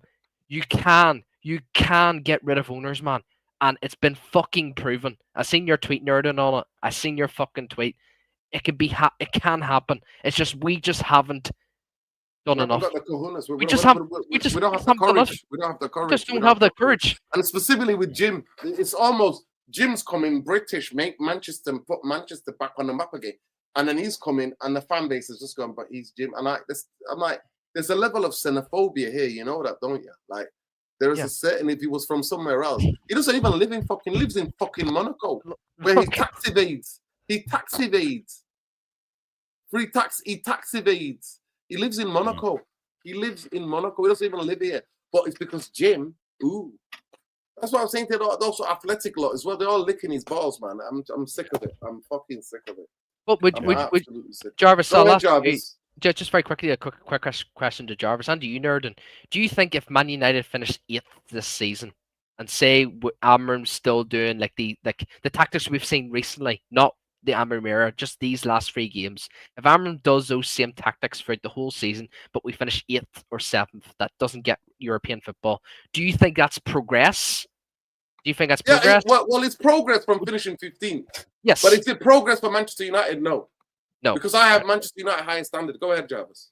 Right. Yeah, well, it's a good question, Ben. But eighth can, I think eighth can give us Europa. Right? No, Conference League, isn't it? Well, it depends. Who wins the Carabao Cup and who wins the FA Cup and blah blah blah. And if a English team win the Champions League and Europa League, and there's extra places. But I think we need at least 60 to 65 points for Amrim to survive this season. And also, I think we need to see some kind of progress. And people, I just want to emphasize again, when we talk about this changing tactics, the man marking thing we did against Brighton, we tried it against Manchester City, but Manchester City are more clever. I don't know if you remember, Noradin, for example, Reinders, when he moved from one side to the other and dragged the other man marking midfielder with him and just opened up space, and then they filled in midfield Foden. So there are ways around, and when opposition managers are more aware, Amorim will struggle, because it's like everything when it comes to tactics. There are a counter tactic to every tactic. That's just how the game works. So is it sustainable? I don't think so in a way, but we have the quality so we can get away with it. But we need more players. That's just how I see it. And we talked about Dalot, for example, but I see now in the future, maybe when Martinez comes back, there is a chance that we might see Luke Shaw on the left wing back, and Lisandro Martinez as the left wide centre back. Or Malacia. He looks really well in training, but who knows? I don't think so. He was in the bomb squad. I don't think Amorim rates him. I don't think he rates him. But that's just me, But who's that, Jarvis? Jarvis, please just say that again. Malacia. No, I'm having internet problems. So you said something about, what did he say about the lot? I think we can see Luke Shaw playing as the left wing back. Wing back. He hasn't got the legs anymore, Jarvis. He hasn't got the legs to get up and down. Well, I think he's an alternative. Honestly, Jarvis, I swear to God, I know you watch him on television, but if you come to this season, if you see him, his mobility is like, it's gone off a cliff. I am telling you. That's why he got subbed, because he just made a couple of sprints in that game against Brighton, Jarvis. And when did he got taken off? He got taken off in the 50th, 60th something minute. 60th minute, yeah. Yeah, he was gone because he is gone physically. I am telling you, I swear, Jarvis, back in the day, Luke Shaw, when he was fit, he can go up and down. He used to be always overlapping. Him and Rashford had that thing where he would, overlap Rashford and whip those balls in or whatever. Great space. I don't think he can do it, but go ahead. But carry on. No, because when I look at Amorim right now, how he picks his team, I think he goes for the more solid players. Experience and solid players. So I see a place for Luke Shaw in this team, even when Martinez is back. And I think Martinez, when he comes back, he will be the left wide centre back. So where do we put Luke Shaw? I think it's a compromise that Amorim will do, and I think you heard what he said, Jarvis. Just to give you a thing, he said when talking about Chicharito, he was saying 1 minute he said, "Oh, we need him back because he's physical. I need him back because he's physically aggressive." And then another time he said, "Well, he has to get into the team. He has to fight to get into the team." So it's really interesting. He's giving those two kind of things. A couple of weeks ago, he was saying, "Oh, and we need him. We need his physicality. He's a fantastic player. We need his aggression." And then you got asked again. I think it was on Friday, and he was saying, "Well, he's not training with the team yet, but he'll have to fight for his place." And I just want to say one thing. I don't know if you have many topics planned, Nordin, but I have a couple of things I want to discuss. And one thing is Antonio Conte and Napoli actually are into Kobe Mainu, and they are, according to sources, desperate to sign him in January. I know you did a video on this, but what's your take? Should we actually go and sell Kobe Mainu and try to bring in a player like, for example, let's say Conor Gallagher coming in on a loan with an option to buy or an obligation to buy in January? Would that be a thing that we should consider? Yes, but If Napoli splash the cash, I would not advise for Kobe Mainoo to go to the Italian league. I would not advise that. He needs to go to a big football club where he's stable enough, where he can improve and get better. He's got the certain minerals. He's got the talent. He's got the potential to be a really good midfield player, Jarvis. And I wouldn't advise him. I think Italy is no go for him because that football is so slow. And if it was ever to Kobe come Mainu back, is not a quick player. He's no, tedious but on Jarvis, the ball. He likes exactly, to take but his yeah, time. but Jarvis, exactly, I understand that. But what I'm saying to you, he needs to go to a league where he is even gonna get stronger in terms of being quick. Like he's already not quick, right? He's already not quick and very mobile, right? In the way he plays. But I think you don't go to a slower league. You go to a league where you're gonna get tested and you're gonna improve. I'm talking about the player development. I'm not talking about it. But yeah, definitely he needs to play football, 100%. Like I said in the video, he had a fantastic season the season before. It's last season he didn't play, and he needs games. And I always say they need at least 4 or 5 games to show their proper footballers, to show their match fitness. You can't ask for petty minutes and expect players to perform. There's only in the history of world football, there's only few players that can come in for short moments and perform and make an impact. Not many footballers can do that because they need, especially those who play in the midfield, you need more touches on the ball, Jarvis. You played at decent level. You need more touches on the ball. You need to get into the rhythm. You need to get your lungs and you know what I mean, your conditioning worked on. That's what you need. Yeah. But I think if he go there, I'm not. That's why I just think it'll be bad for him to go to Serie A. I think. Yeah, but would you be okay with us selling him in January? No, 100%. Yeah, 100%. I'm okay, but I'm just advising him to develop. Like I said, Kobe Mainoo can go to Italy when he's similar age to Luka Modric. Look at Luka Modric was struggling in the Liga. Now he's buffing at AC Milan because the pace is, and that's why Scott McTominay looks like a well beater because it's so slow. And I've always said that it's like over 50s football, that league. Yeah. Well, in comparison, It's just such a shame, man, because for Kobe Mainoo, like if he goes to any other league, man, he's just gonna be insane, man. And it's just such a shame, man, because he's come up against basically the face of Man United and Bruno Fernandes. You know, it's just so difficult, man. And to see Kobe go and to see Bruno Fernandes stay here for maybe another season, it would just depress the living shit out of me. Yes, I'd be so happy for him, you know, for Kobe to leave and like go show the talent he has, man. But for every United fan, it just makes me sad, man, because you know how this guy can be a captain and continue on failure after failure after failure at this club, man. And even before we even bought him, I said it so many times, man. I just did not like the signing, but when we bought him at Sporting Lisbon, I remember we chased him for so long. You know, I just said like I just don't feel like this is going to be a good signing, and it's just turning out to be, well, the Bruno fans would say he's a legend. Like someone actually posted on Twitter saying, give this man a statue, bro. I'm like, oh my, give it a fucking rest, bro. This guy won't even get onto my Sunday League team, and that's fucking Sunday League. But it's just so unfortunate. Do you know what I would do if I was Kobe Mainoo? If I was Kobe Mainoo, I would obviously look at a new club. But if I can somehow fit my way into just staying in Man United and training constantly, right? Every time you come on for 20 minutes, 15 minutes, show to the manager, just keep doing what you're doing until Bruno leaves. Until Bruno leaves, then we can then say, right, does the manager really, really rate you? If he doesn't and he hasn't done it for so long, then that's just a loss at the same. I don't generally believe he doesn't rate him. People will say you're talking shite. You know, he's never rated him. Like, look what he's doing to him. I just think it's because Bruno Fernandes is bigger than Ruben Amorim. Bruno Fernandes is bigger than Kobe Mainoo. You know, if there's the Glazers and Ineos, below that, it's Bruno Fernandes. It's not Ruben Amorim, in my opinion. I just don't genuinely believe Bruno has a thing in his contract.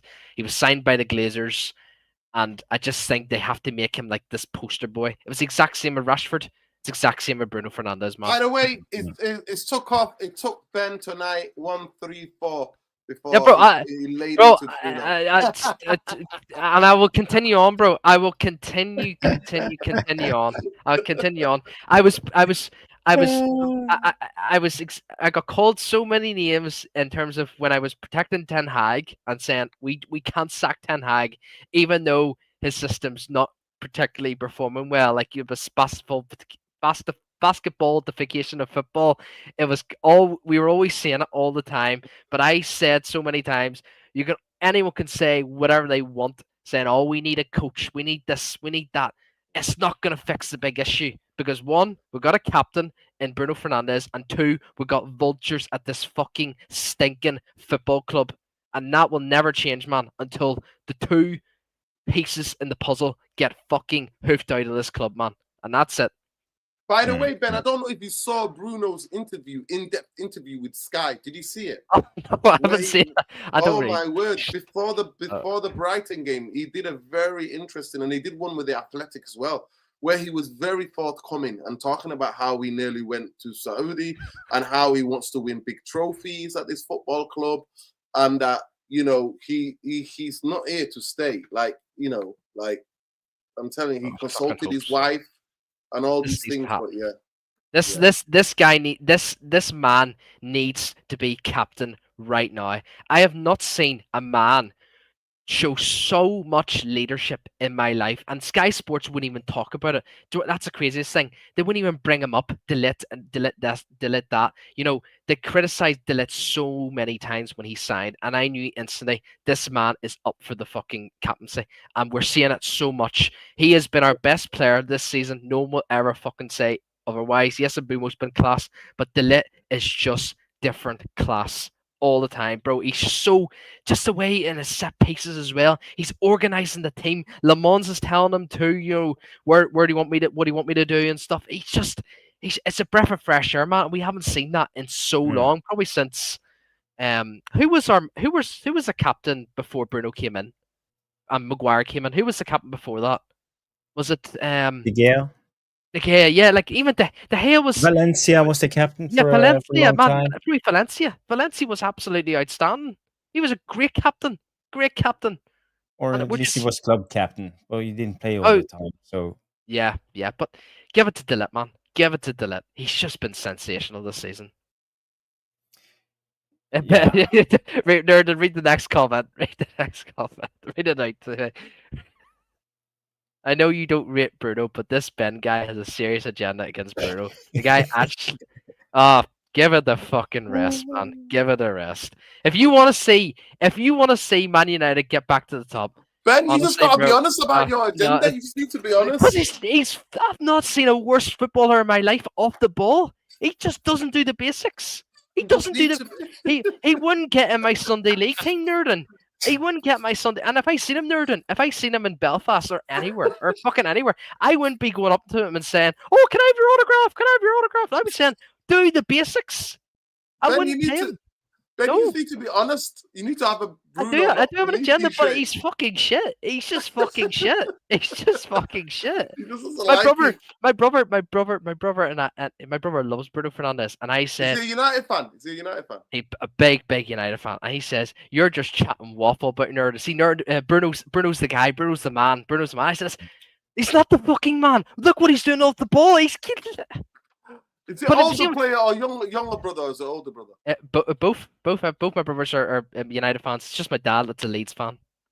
Wow. For God's sake, I know. And even he says Bruno is absolutely dog shit. He's like my dad used to coach, Sunday league teams, and he even says Bruno off the ball just doesn't do the basics. He just doesn't do the. Yes, he might be decent on the ball, but he's fucking shit off the ball. You can't. The audacity for him to call himself a midfielder is fucking shocking. I probably would forgive him more if he was playing the false nine. That's the only position I would ever forgive him. But if he's playing a midfielder, oh my fucking God. And do you know what? This is why I love Roy Keane, because Roy Keane says at every fucking interview in Sky, this guy is not up for being a captain of the United and to be a midfielder. He just can't, man. He's actually playing in a position where Iniesta's played, Xavi's played, fucking Cruz has played. Oh my fucking god, how is this guy classed as world class? He's fucking not. I know when I'm building outside the fucking freaking Old Trafford, a fucking shit emoji beside him because he's fucking shite. But Ben, I know you have an agenda against Bruno, but let's tell me Bruno's strengths. Bruno's strengths. Yeah. Penalties. I think he is. I think he is. I think he is. Well, he missed 2 penalties. I think he's good at penalties. Yes, anyone can miss penalties, but I think he is a good penalty taker. Okay. But every manager that has Bruno in his team plays Bruno all the time. But this is with, why with his faults and errors. Yeah, because why he's is really that? good at Why training. is all these football UEFA level A, D, C, F, with all the knowledge of football, play Bruno all the time? Because obviously they can see his mistakes, his lack of what is it? Discipline.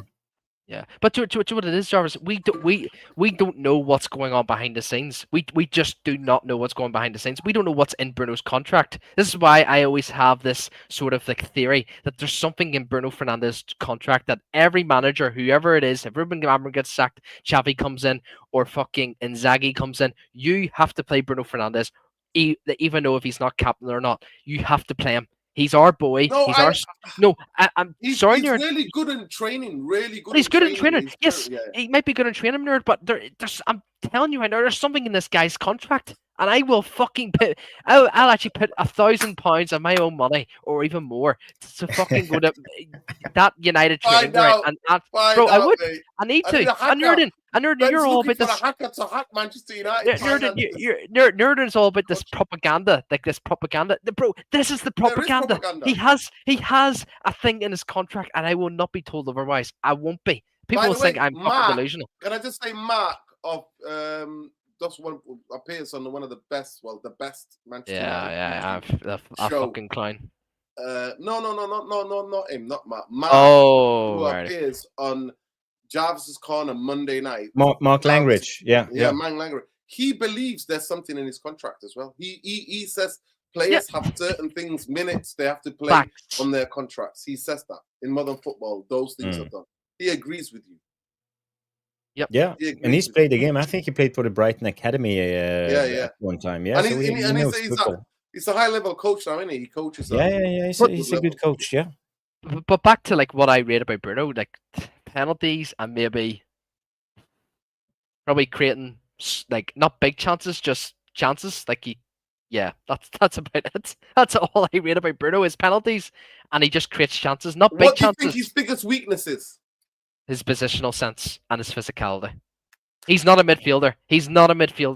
If Bruno Fernandes came out and said this, I'm a false nine. I'm a striker. I'm always like, I always play false nine. I'd say, right, okay. I wouldn't say he's the worst footballer I've seen off the ball. I would not say that because he's a false nine.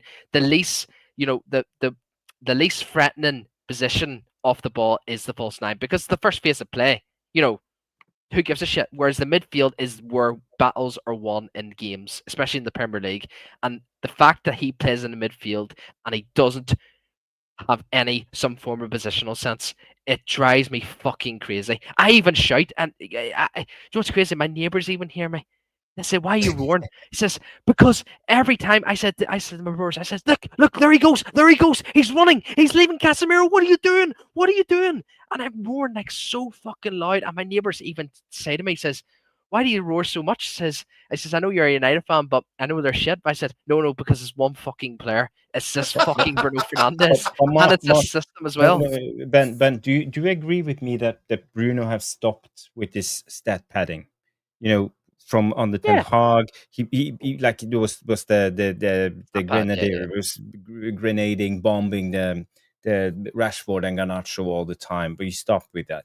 And then what you can see is his creativity and how he is not only assists, but is the last third guy on the ball or the fourth last guy on the ball, but he creates the openings from a little bit deeper. I don't know if you remember the Liverpool goal when he hold on to the ball and just gave it to was it Ahmad, and then Ahmad. No, it was Mbumo, and then he scored. So, and also in the Brighton game, I think it was the third last guy on the ball when Casemiro scored, and it was the third last guy on one of the other goals. And also we had the Cunha goal. It was a Cunha goal. And the no look assist. Casemiro gave it to Cunha. I mean, like I said, so you know what he brings is contributions.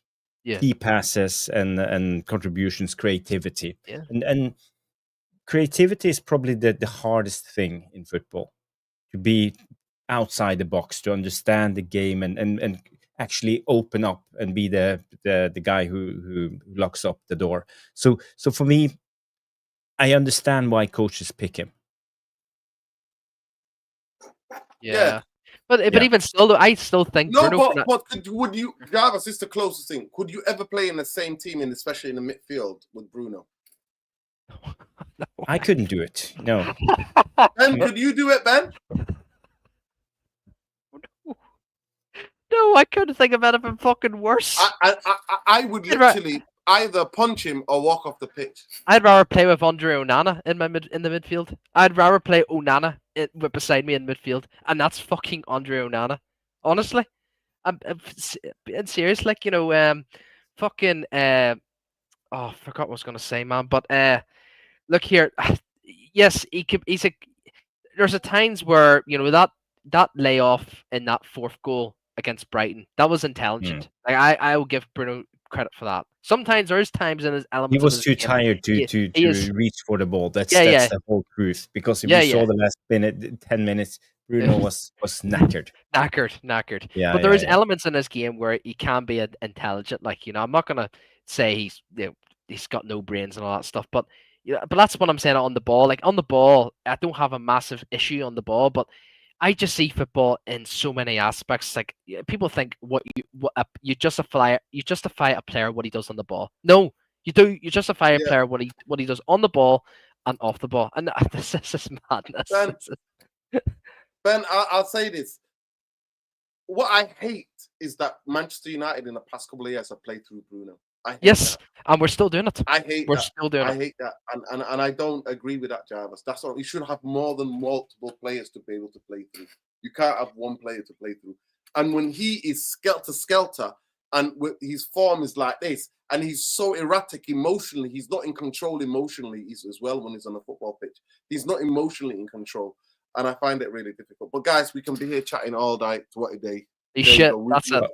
Nordin, before we leave, we've indulged Ben for there to get it out. Pent up Bruno. I just want to bring up this and congratulate Edwin van der Sar on his birthday, and maybe we can do some best memories of van der Sar. What's your best memory, Ben, of van der Sar as a goalkeeper? Probably the Champions League final. Against who was it against? Chelsea. Yes. Chelsea. Yes. I thought he was Anelka. I thought he was absolutely phenomenal in that game. Van der Sar, phenomenal. But yeah, that'll be mine. I love Van der Sar so much, man, and I'm just so blessed that we have Le Mans who can come out of his box in a corner or in a free kick and just punch the ball away, man. This man right here, we're seeing the picture. This guy. Had it, and we haven't seen De Gea couldn't do what Van der Sar did in terms of set pieces and corners. Nada couldn't do it. Bayindir couldn't do it. Romero couldn't do it. And all of a sudden, we're seeing this guy. Yes, he's still a kid. Let him develop, but it's just a breath of fresh air. But this man is he is Mr. Man United, man. I love this player so much, man. I loved Van der Sar. I actually preferred Van der Sar to Peter Schmeichel. What does that tell you? So did I. So did I. Absolutely. 100% agree. He's a legend of Manchester United, and we should have had him a long time, Jarvis. For all the years he was at Fulham, that was Manchester United's fault for not getting him. Yeah. He should have been at Manchester United. After he left Juventus, he should have come to Manchester United. We wouldn't have all the type of problems. Yeah. And he should have been at United. He could have been at United for 10, 15 years nearly. He was so Norrin, what's your best My memory favorite, of. well, there's so many. To me, it's more about his attributes, his calmness, and the way he used to just do this, small words to Rio and Vidic to get them. But yeah, he would make incredible saves at difficult times, and sometimes where United were chasing games, he would make some fantastic saves. You know what I mean? He was the type of guy you hardly noticed him. Schmeichel, you used to notice him a lot because he's a big guy. He's talking. He's kicking off, effing and blind and swearing. But he was a totally different character to in terms of very controlled, very confident. Kind of the demeanor that everything's all right. Don't panic. He was the type of guy saying, no, don't panic. Don't panic. He would, when it came to talking to them, he would go, what the F are you doing? Letting him shoot from there. Get out to him. He would do all of that. But it was his simple, being at the games when I was at the games, Jarvis, especially if you sat behind the goal, it was the way he would talk to them. He would say, now go, Vidic, Rio, left, right. He would do this, and you can hear sometimes what he's doing, and he would talk. But he was calm and composed, very calm and composed, and very confident goalkeeper. But yeah, it's a Champions League final. It's the Anelka save for me. When I think about it, I think Anelka save. We were way down. We missed the penalty, and there's that Anelka save, and then John Terry did what John Terry did. Yeah. People, my brothers are in the house, and they heard me speak on Bruno, and he's just given me an item to show to the show. I feel fucking sick. I really do, but I can't believe I'm. Why do you want me to show them? For fuck's sake, bro. Oh, this makes me fucking ill. Okay, so we have the lovely badge. Okay, what's behind it? He's Bruno Fernandes.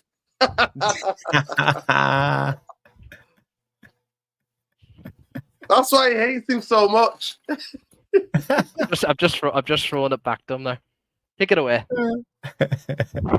Yeah, big up to Ben's brother. Big up to Ben's brother. He says, what's big his up. name? So give him a shout out. Big up to Jason. Big up Jason. Big up, Love Jason. to Jason. Big up. Big up, Jason. Yeah. Crazy man. That's why he's getting it. He gets it in his household as well. He gets it in his household, mate. It's disgusting shirt, man. Lovely front. The front of the badge, lovely. The back, it's absolute disgrace. And do you know what's crazy? He's I remember when we were over. I think it was when Ronaldo. That kit was the Ronaldo. When Ronaldo joined that kit.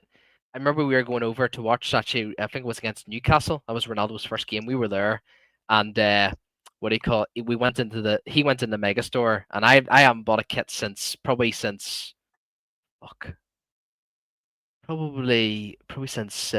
maybe just the start of Jose. And he went in, and he's just immediately said, "Oh, I'm gonna, you know what shirt I'm gonna pick?" And I was like, "What?" He just goes and picks Bruno Fernandes, and I'm like, "Oh, give it the rest." And you know what? Bruno Fernandes was like, he was already stat patting when he came in. Everyone thought he was gonna be the next big thing, and it just turned out to be a fucking flop in my eyes. But the best Bruno version that I liked is when we had Pogba playing more of a deeper lining player, when he was more in the number 10, and we had Herrera. Matic in the team, Matic, Pogba in the team, and then Bruno. I love them players. That's the time that that's what I like. That Bruno. I think another thing I could probably give a wee bit of credit to Bruno is when he first came in, it was always long ball. Everyone said it in the comments there. Pick up the URT. It was always long ball FC. We seen it under Ole. I said it under Ten Hag because Ten Hag, when he first came in, he never liked players that hoof the ball up in the air. And I said, boys, where do you see this? That Ten Hag will, see that. We'll see obviously that Bruno will constantly do long balls, and we've seen it, man. And under Amorim, and slightly, he has improved. He has kept the ball into his feet, and he's played the simple pass. But there's still a few occasions where we're still seeing Bruno hoofball, man. And although it pisses me off, but I'm trying to find a wee bit of credit that he's reduced it, should we say? That's about it, man. But apart from that, man, he wouldn't be any. If I had a team right now in Sunday League, if I had my the B team, like where I went the team I coached for just one game, just for like an interim for one game, if Bruno Fernandes was showed up at that game, and I knew he played for Man United, I wouldn't have him anywhere near that midfield, man. Maybe as a striker, yeah, nowhere near the midfield. People say Ben, how come you don't play anymore? Do you not play regularly anymore? not at the moment, man, because obviously I've had a wee few. My left Injury. knee's not particularly great at the Oh, moment. Obviously injuries, for yeah. me, for me as a fullback as well, you need to be fucking fit, man. So look here, the physio and the doctor were saying maybe the mid-December or like after Christmas, I can go back into the groove of things. But Are you going to the gym? Are you strengthening it? oh, I absolutely, Strengthening it, yeah. absolutely, bro. About 3 or 4 times a week at the gym, but look, I just can't give up on it, man. I really can't give up on it. I mean, I'm 28 now. You know, I've still got a lot left in me, a lot left in me. Still But got 4-5 years. Still got 5 100%, years. 100%, man. But look, but at the end of the day, people. The way your touches, your acceleration on the ball carrying. Oh yeah, you saw physicality that. as well. Physicality as well. Like You should never stop, because your best years as a footballer is from 30 it, and yeah. onwards Oh, yeah, to 35. 100%, Then you actually start to 100%, understand the game, because 100%. it takes a lot of time to just figure out the small things when you're on the pitch. I just want to say, by the way, Ben, when I talked about this, what's Bruno's best parts and what's Bruno actually good at, it's because I remember the times after Ferguson retired as a manager, the midfield duo and trios we had, and what we have lacked in almost all of them is creativity. The only player we have had who we can't compare to Bruno is actually Paul Pogba, because we have had McTominay and Fred, no creativity at all. We have had Fellaini, no creativity. Tom Cleverley played, no creativity. Even Carrick on his latest years, sideway passing. Daley Blind, not the best midfielder. Schweinsteiger, Herrera, even Bastian Schweinsteiger. So and Schneiderlin. So we have tried so many midfielders, but we don't have the creativity. And to have creativity in midfield is so important in the modern game. Someone who can actually break the line, because everything is so well organized today, and all the players run so much. So in every aspect of the game, everything is controlled, everything is in balance.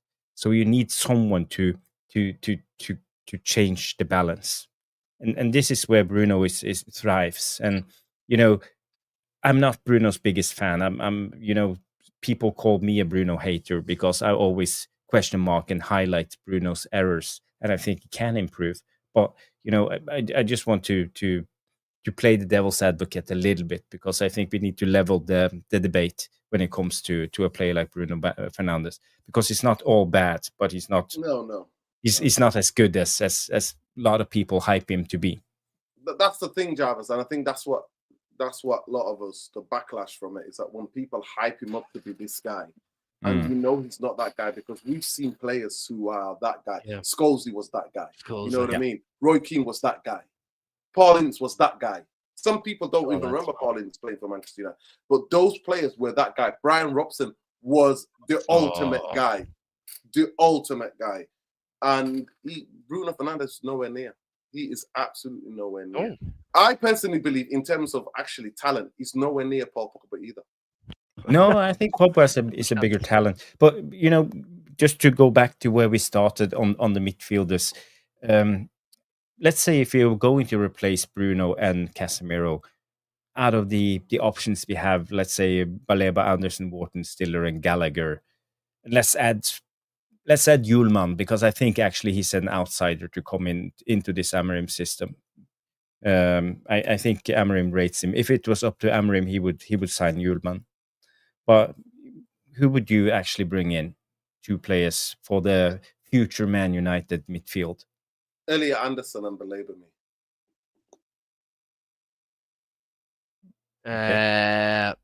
Elliot Anderson and probably Wharton.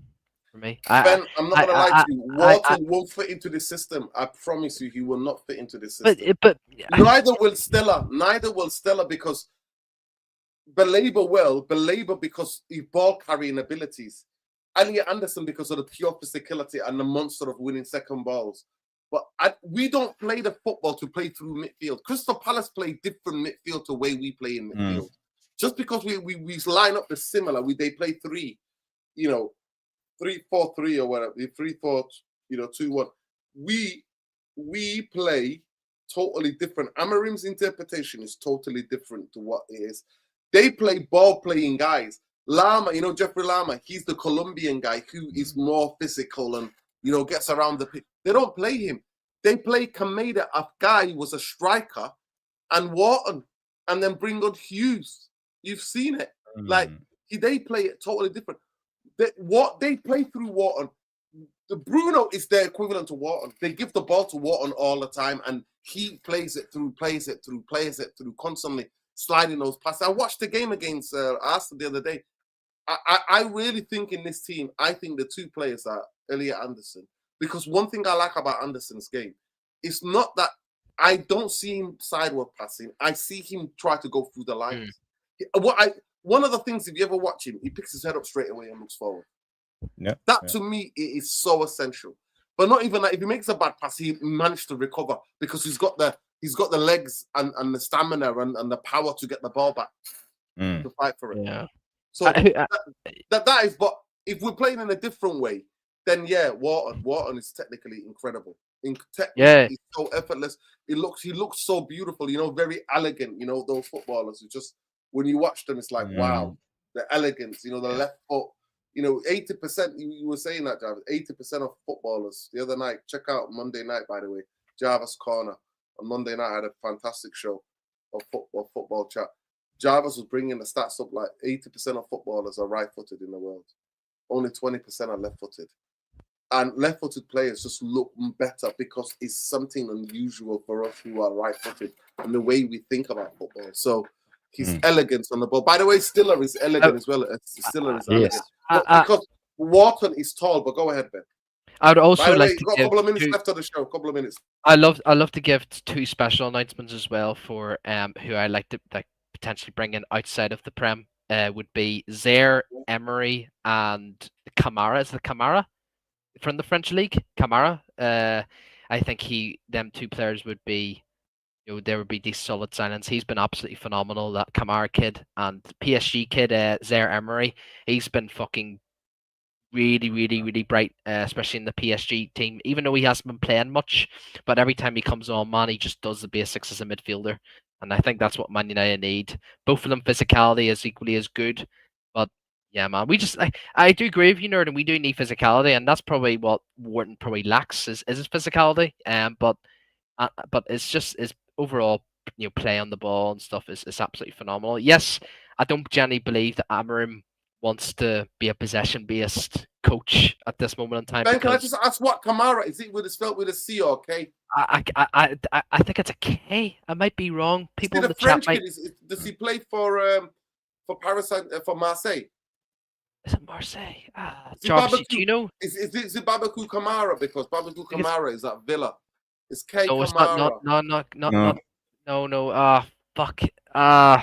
People in the chat, if you know, please let me know. But it's a Kamara kid. I can't remember. I think he doesn't play for any of the I think he plays for Monaco, maybe. So Rennes, you have the Madi Kamara plays for Rennes. I think he's quite good. Is he a midfielder? It's this guy. Yeah, people just said Monaco. Yeah, Madi Kamara, this kid. Yeah. Is it this guy? Is it him? He's a midfielder, right-footed. I think it might be him. 27 years of age. 7. I think it might be. Might be him. Hang on. I'll look him up here. 2 seconds, people. Plays for Rennes. Hold on. I've got him up as well. Yeah, Madi Kamara. Yeah. Hold on. Let me check. Kamara. I think he might be African, so he is. I don't know. Okay. Hang on. Yeah. I think I know who you're talking about. I think I might know who you're talking about. Is this him here? Lamine Camara. Lamine Camara. Is he a midfielder? Is he? Yeah, he is midfielder. Yeah, he's midfielder. Yeah, him. Lamine Camara. That's him. Okay, That's Monaco. Okay. Yeah, that's him. That's him. I think he's phenomenal. So he is. I think he's a Senegalese. Yeah, from Senegal. Senegal. Yeah. So how do you spell it? L. So it is LA. I got him here, Northern. Nope. Oh, okay.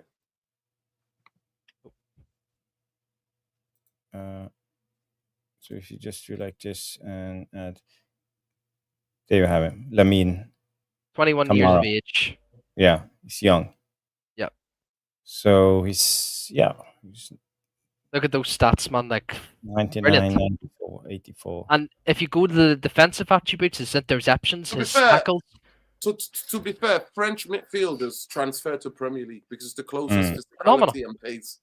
They transfer. French players transfer more to British football than most other players, I think.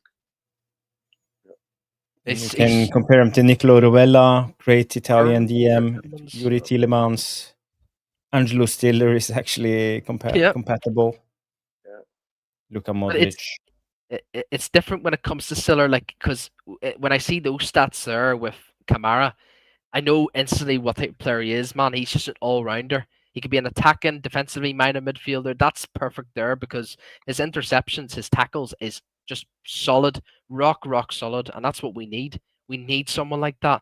There's no point bringing someone who's the other player that you said, Ben? Who's the other player you said?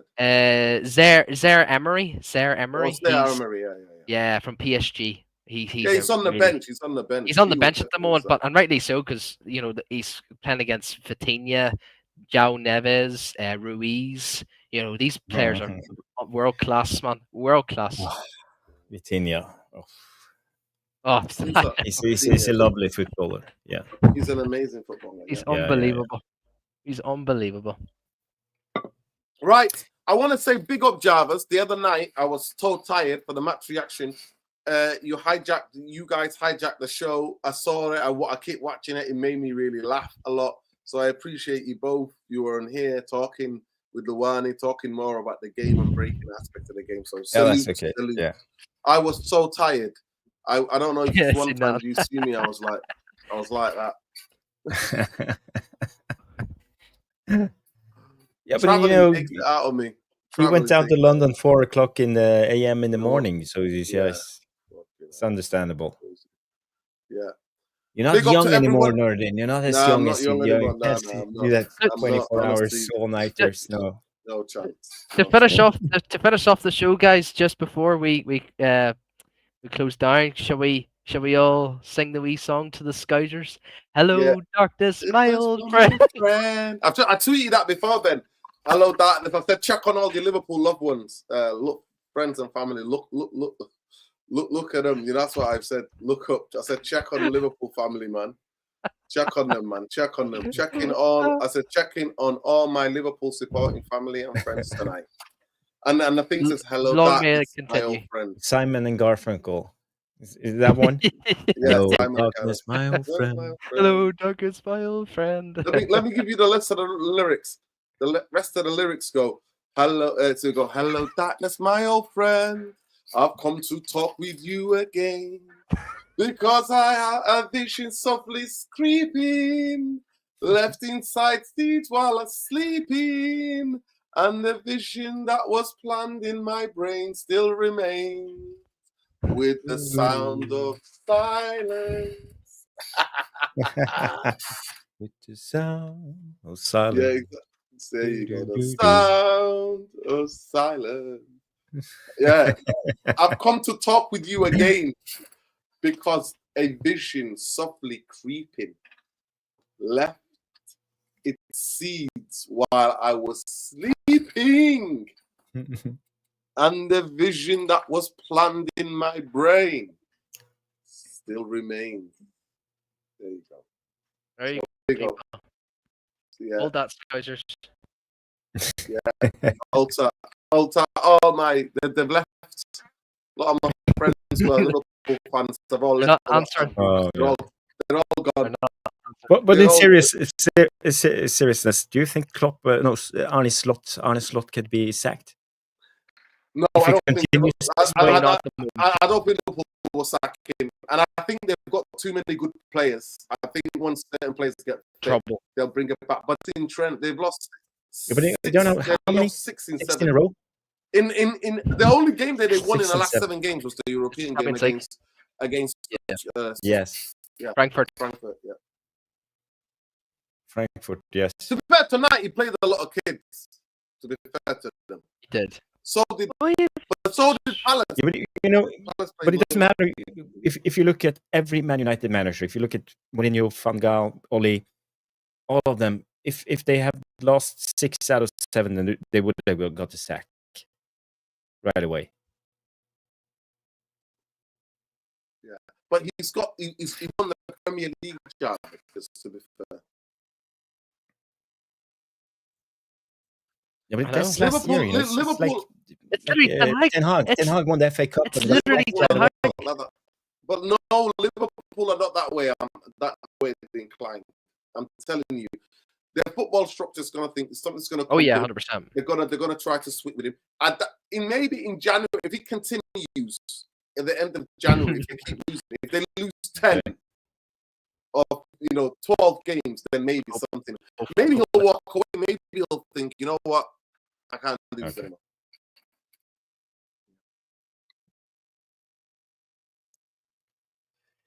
Well, apparently Andoni Iraola is Juventus wants him now, so he's out there on the market. They might go for maybe.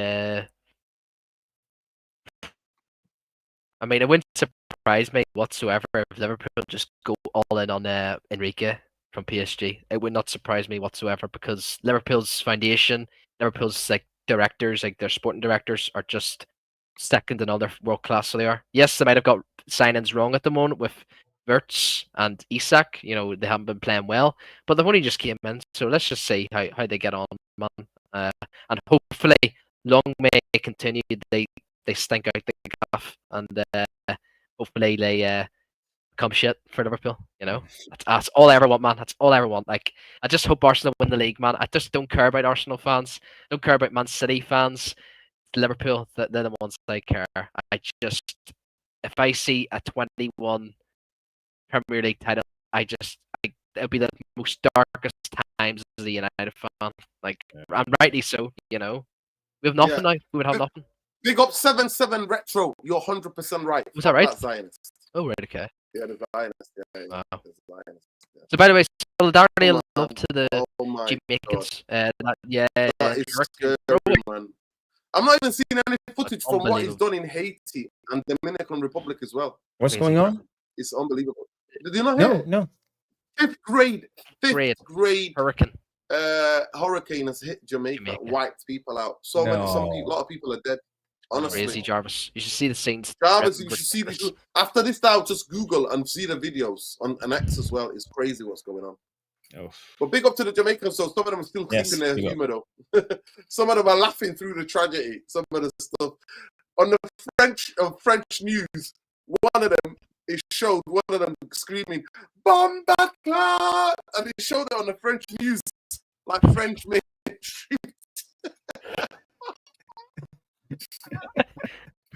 Oh my God, it's so funny. It's so funny. And then some people of TikTok and that went there knowing that it's going to be a hurricane, so they can make content who are going to be dying and stuff like that. These like crazy American kids, they flew to Jamaica and now like, we're trapped in a hotel. You're like, what the hell? Yeah, and they actually showed I think there was this English family over. I think they're from Surrey. They took a video and showed a full tour of their apartment, and you can actually see the floods, even the rain. See at their door, it's actually coming in towards their house, and they actually have to block it off and dry it with towels and stuff. It's scary scenes, people. You should see the waves all around the coast. It's absolutely mental. So high. Fifth grade. It's called Melissa. Storm Melissa. Yeah, Listen, solidarity with the Palestinians, with the Sudanese, with the Congolese, with the Lebanese, with the Iraqis, with the Syrians, with everybody who's oppressed by the military machine and the war machine, and imperialism and colonization, solidarity, free Ireland, united Ireland, up the Irish. Big up to the new Irish president. We salute you. I always forget her name. Yes. Yeah. Oh God. Yeah. But we salute you. Big up to her. What a legend. She's a really good footballer, man. Did you see it? Yeah, she's outstanding. She's outstanding as well. And she used to be a footballer. Was she a football player? I think she was. She was years ago now. Now we were out in the march last week, and we actually seen her in one of the buildings, and like obviously she was, lots of the Irish fans love her. Some of them hate her.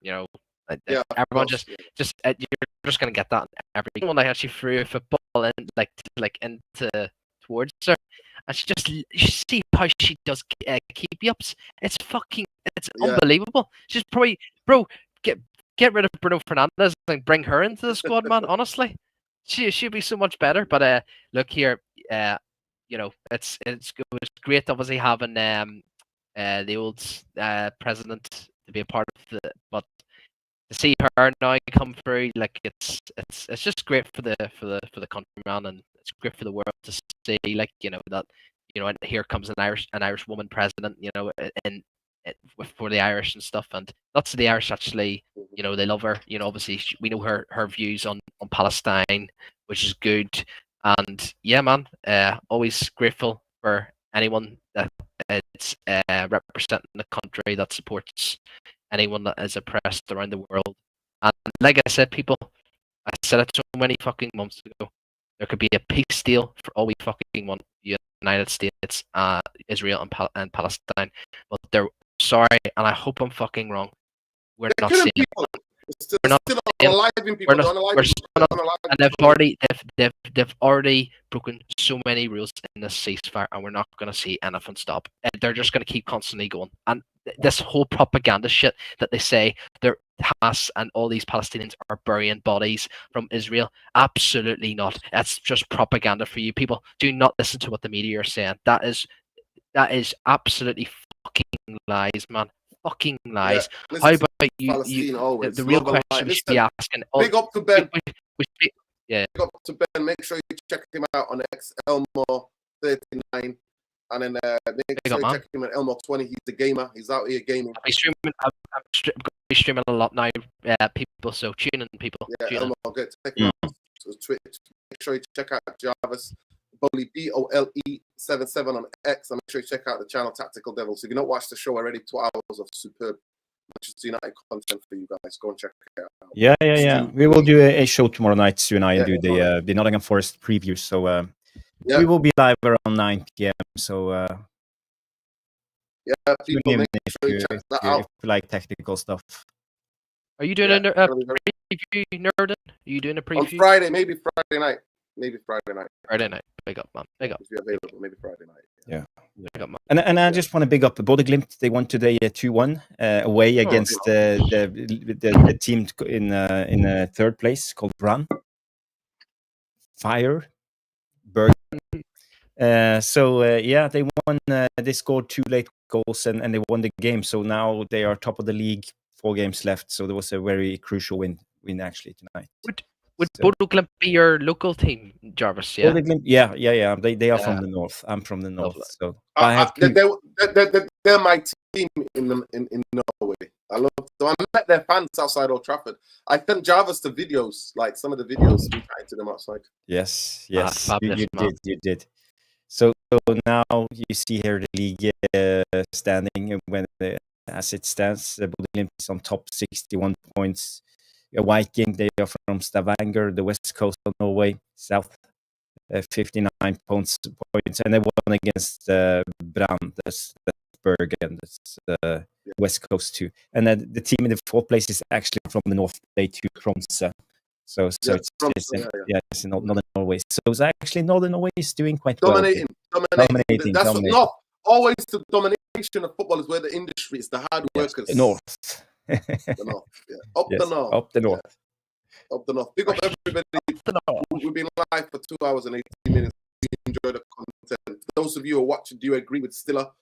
So, do you want Stiller? Do you agree with Ben? me, myself, Jarvis, about what we think about Manchester United. If we can sustain the form, let us know. Get in the comments. And please, for a lot of you, you can give a hype to the channel. So please use your hypes to support the channel. Yes. With Shadow Band, YouTube's doing the madness, so the least you could do that. Love and light. Look after each other. Good night.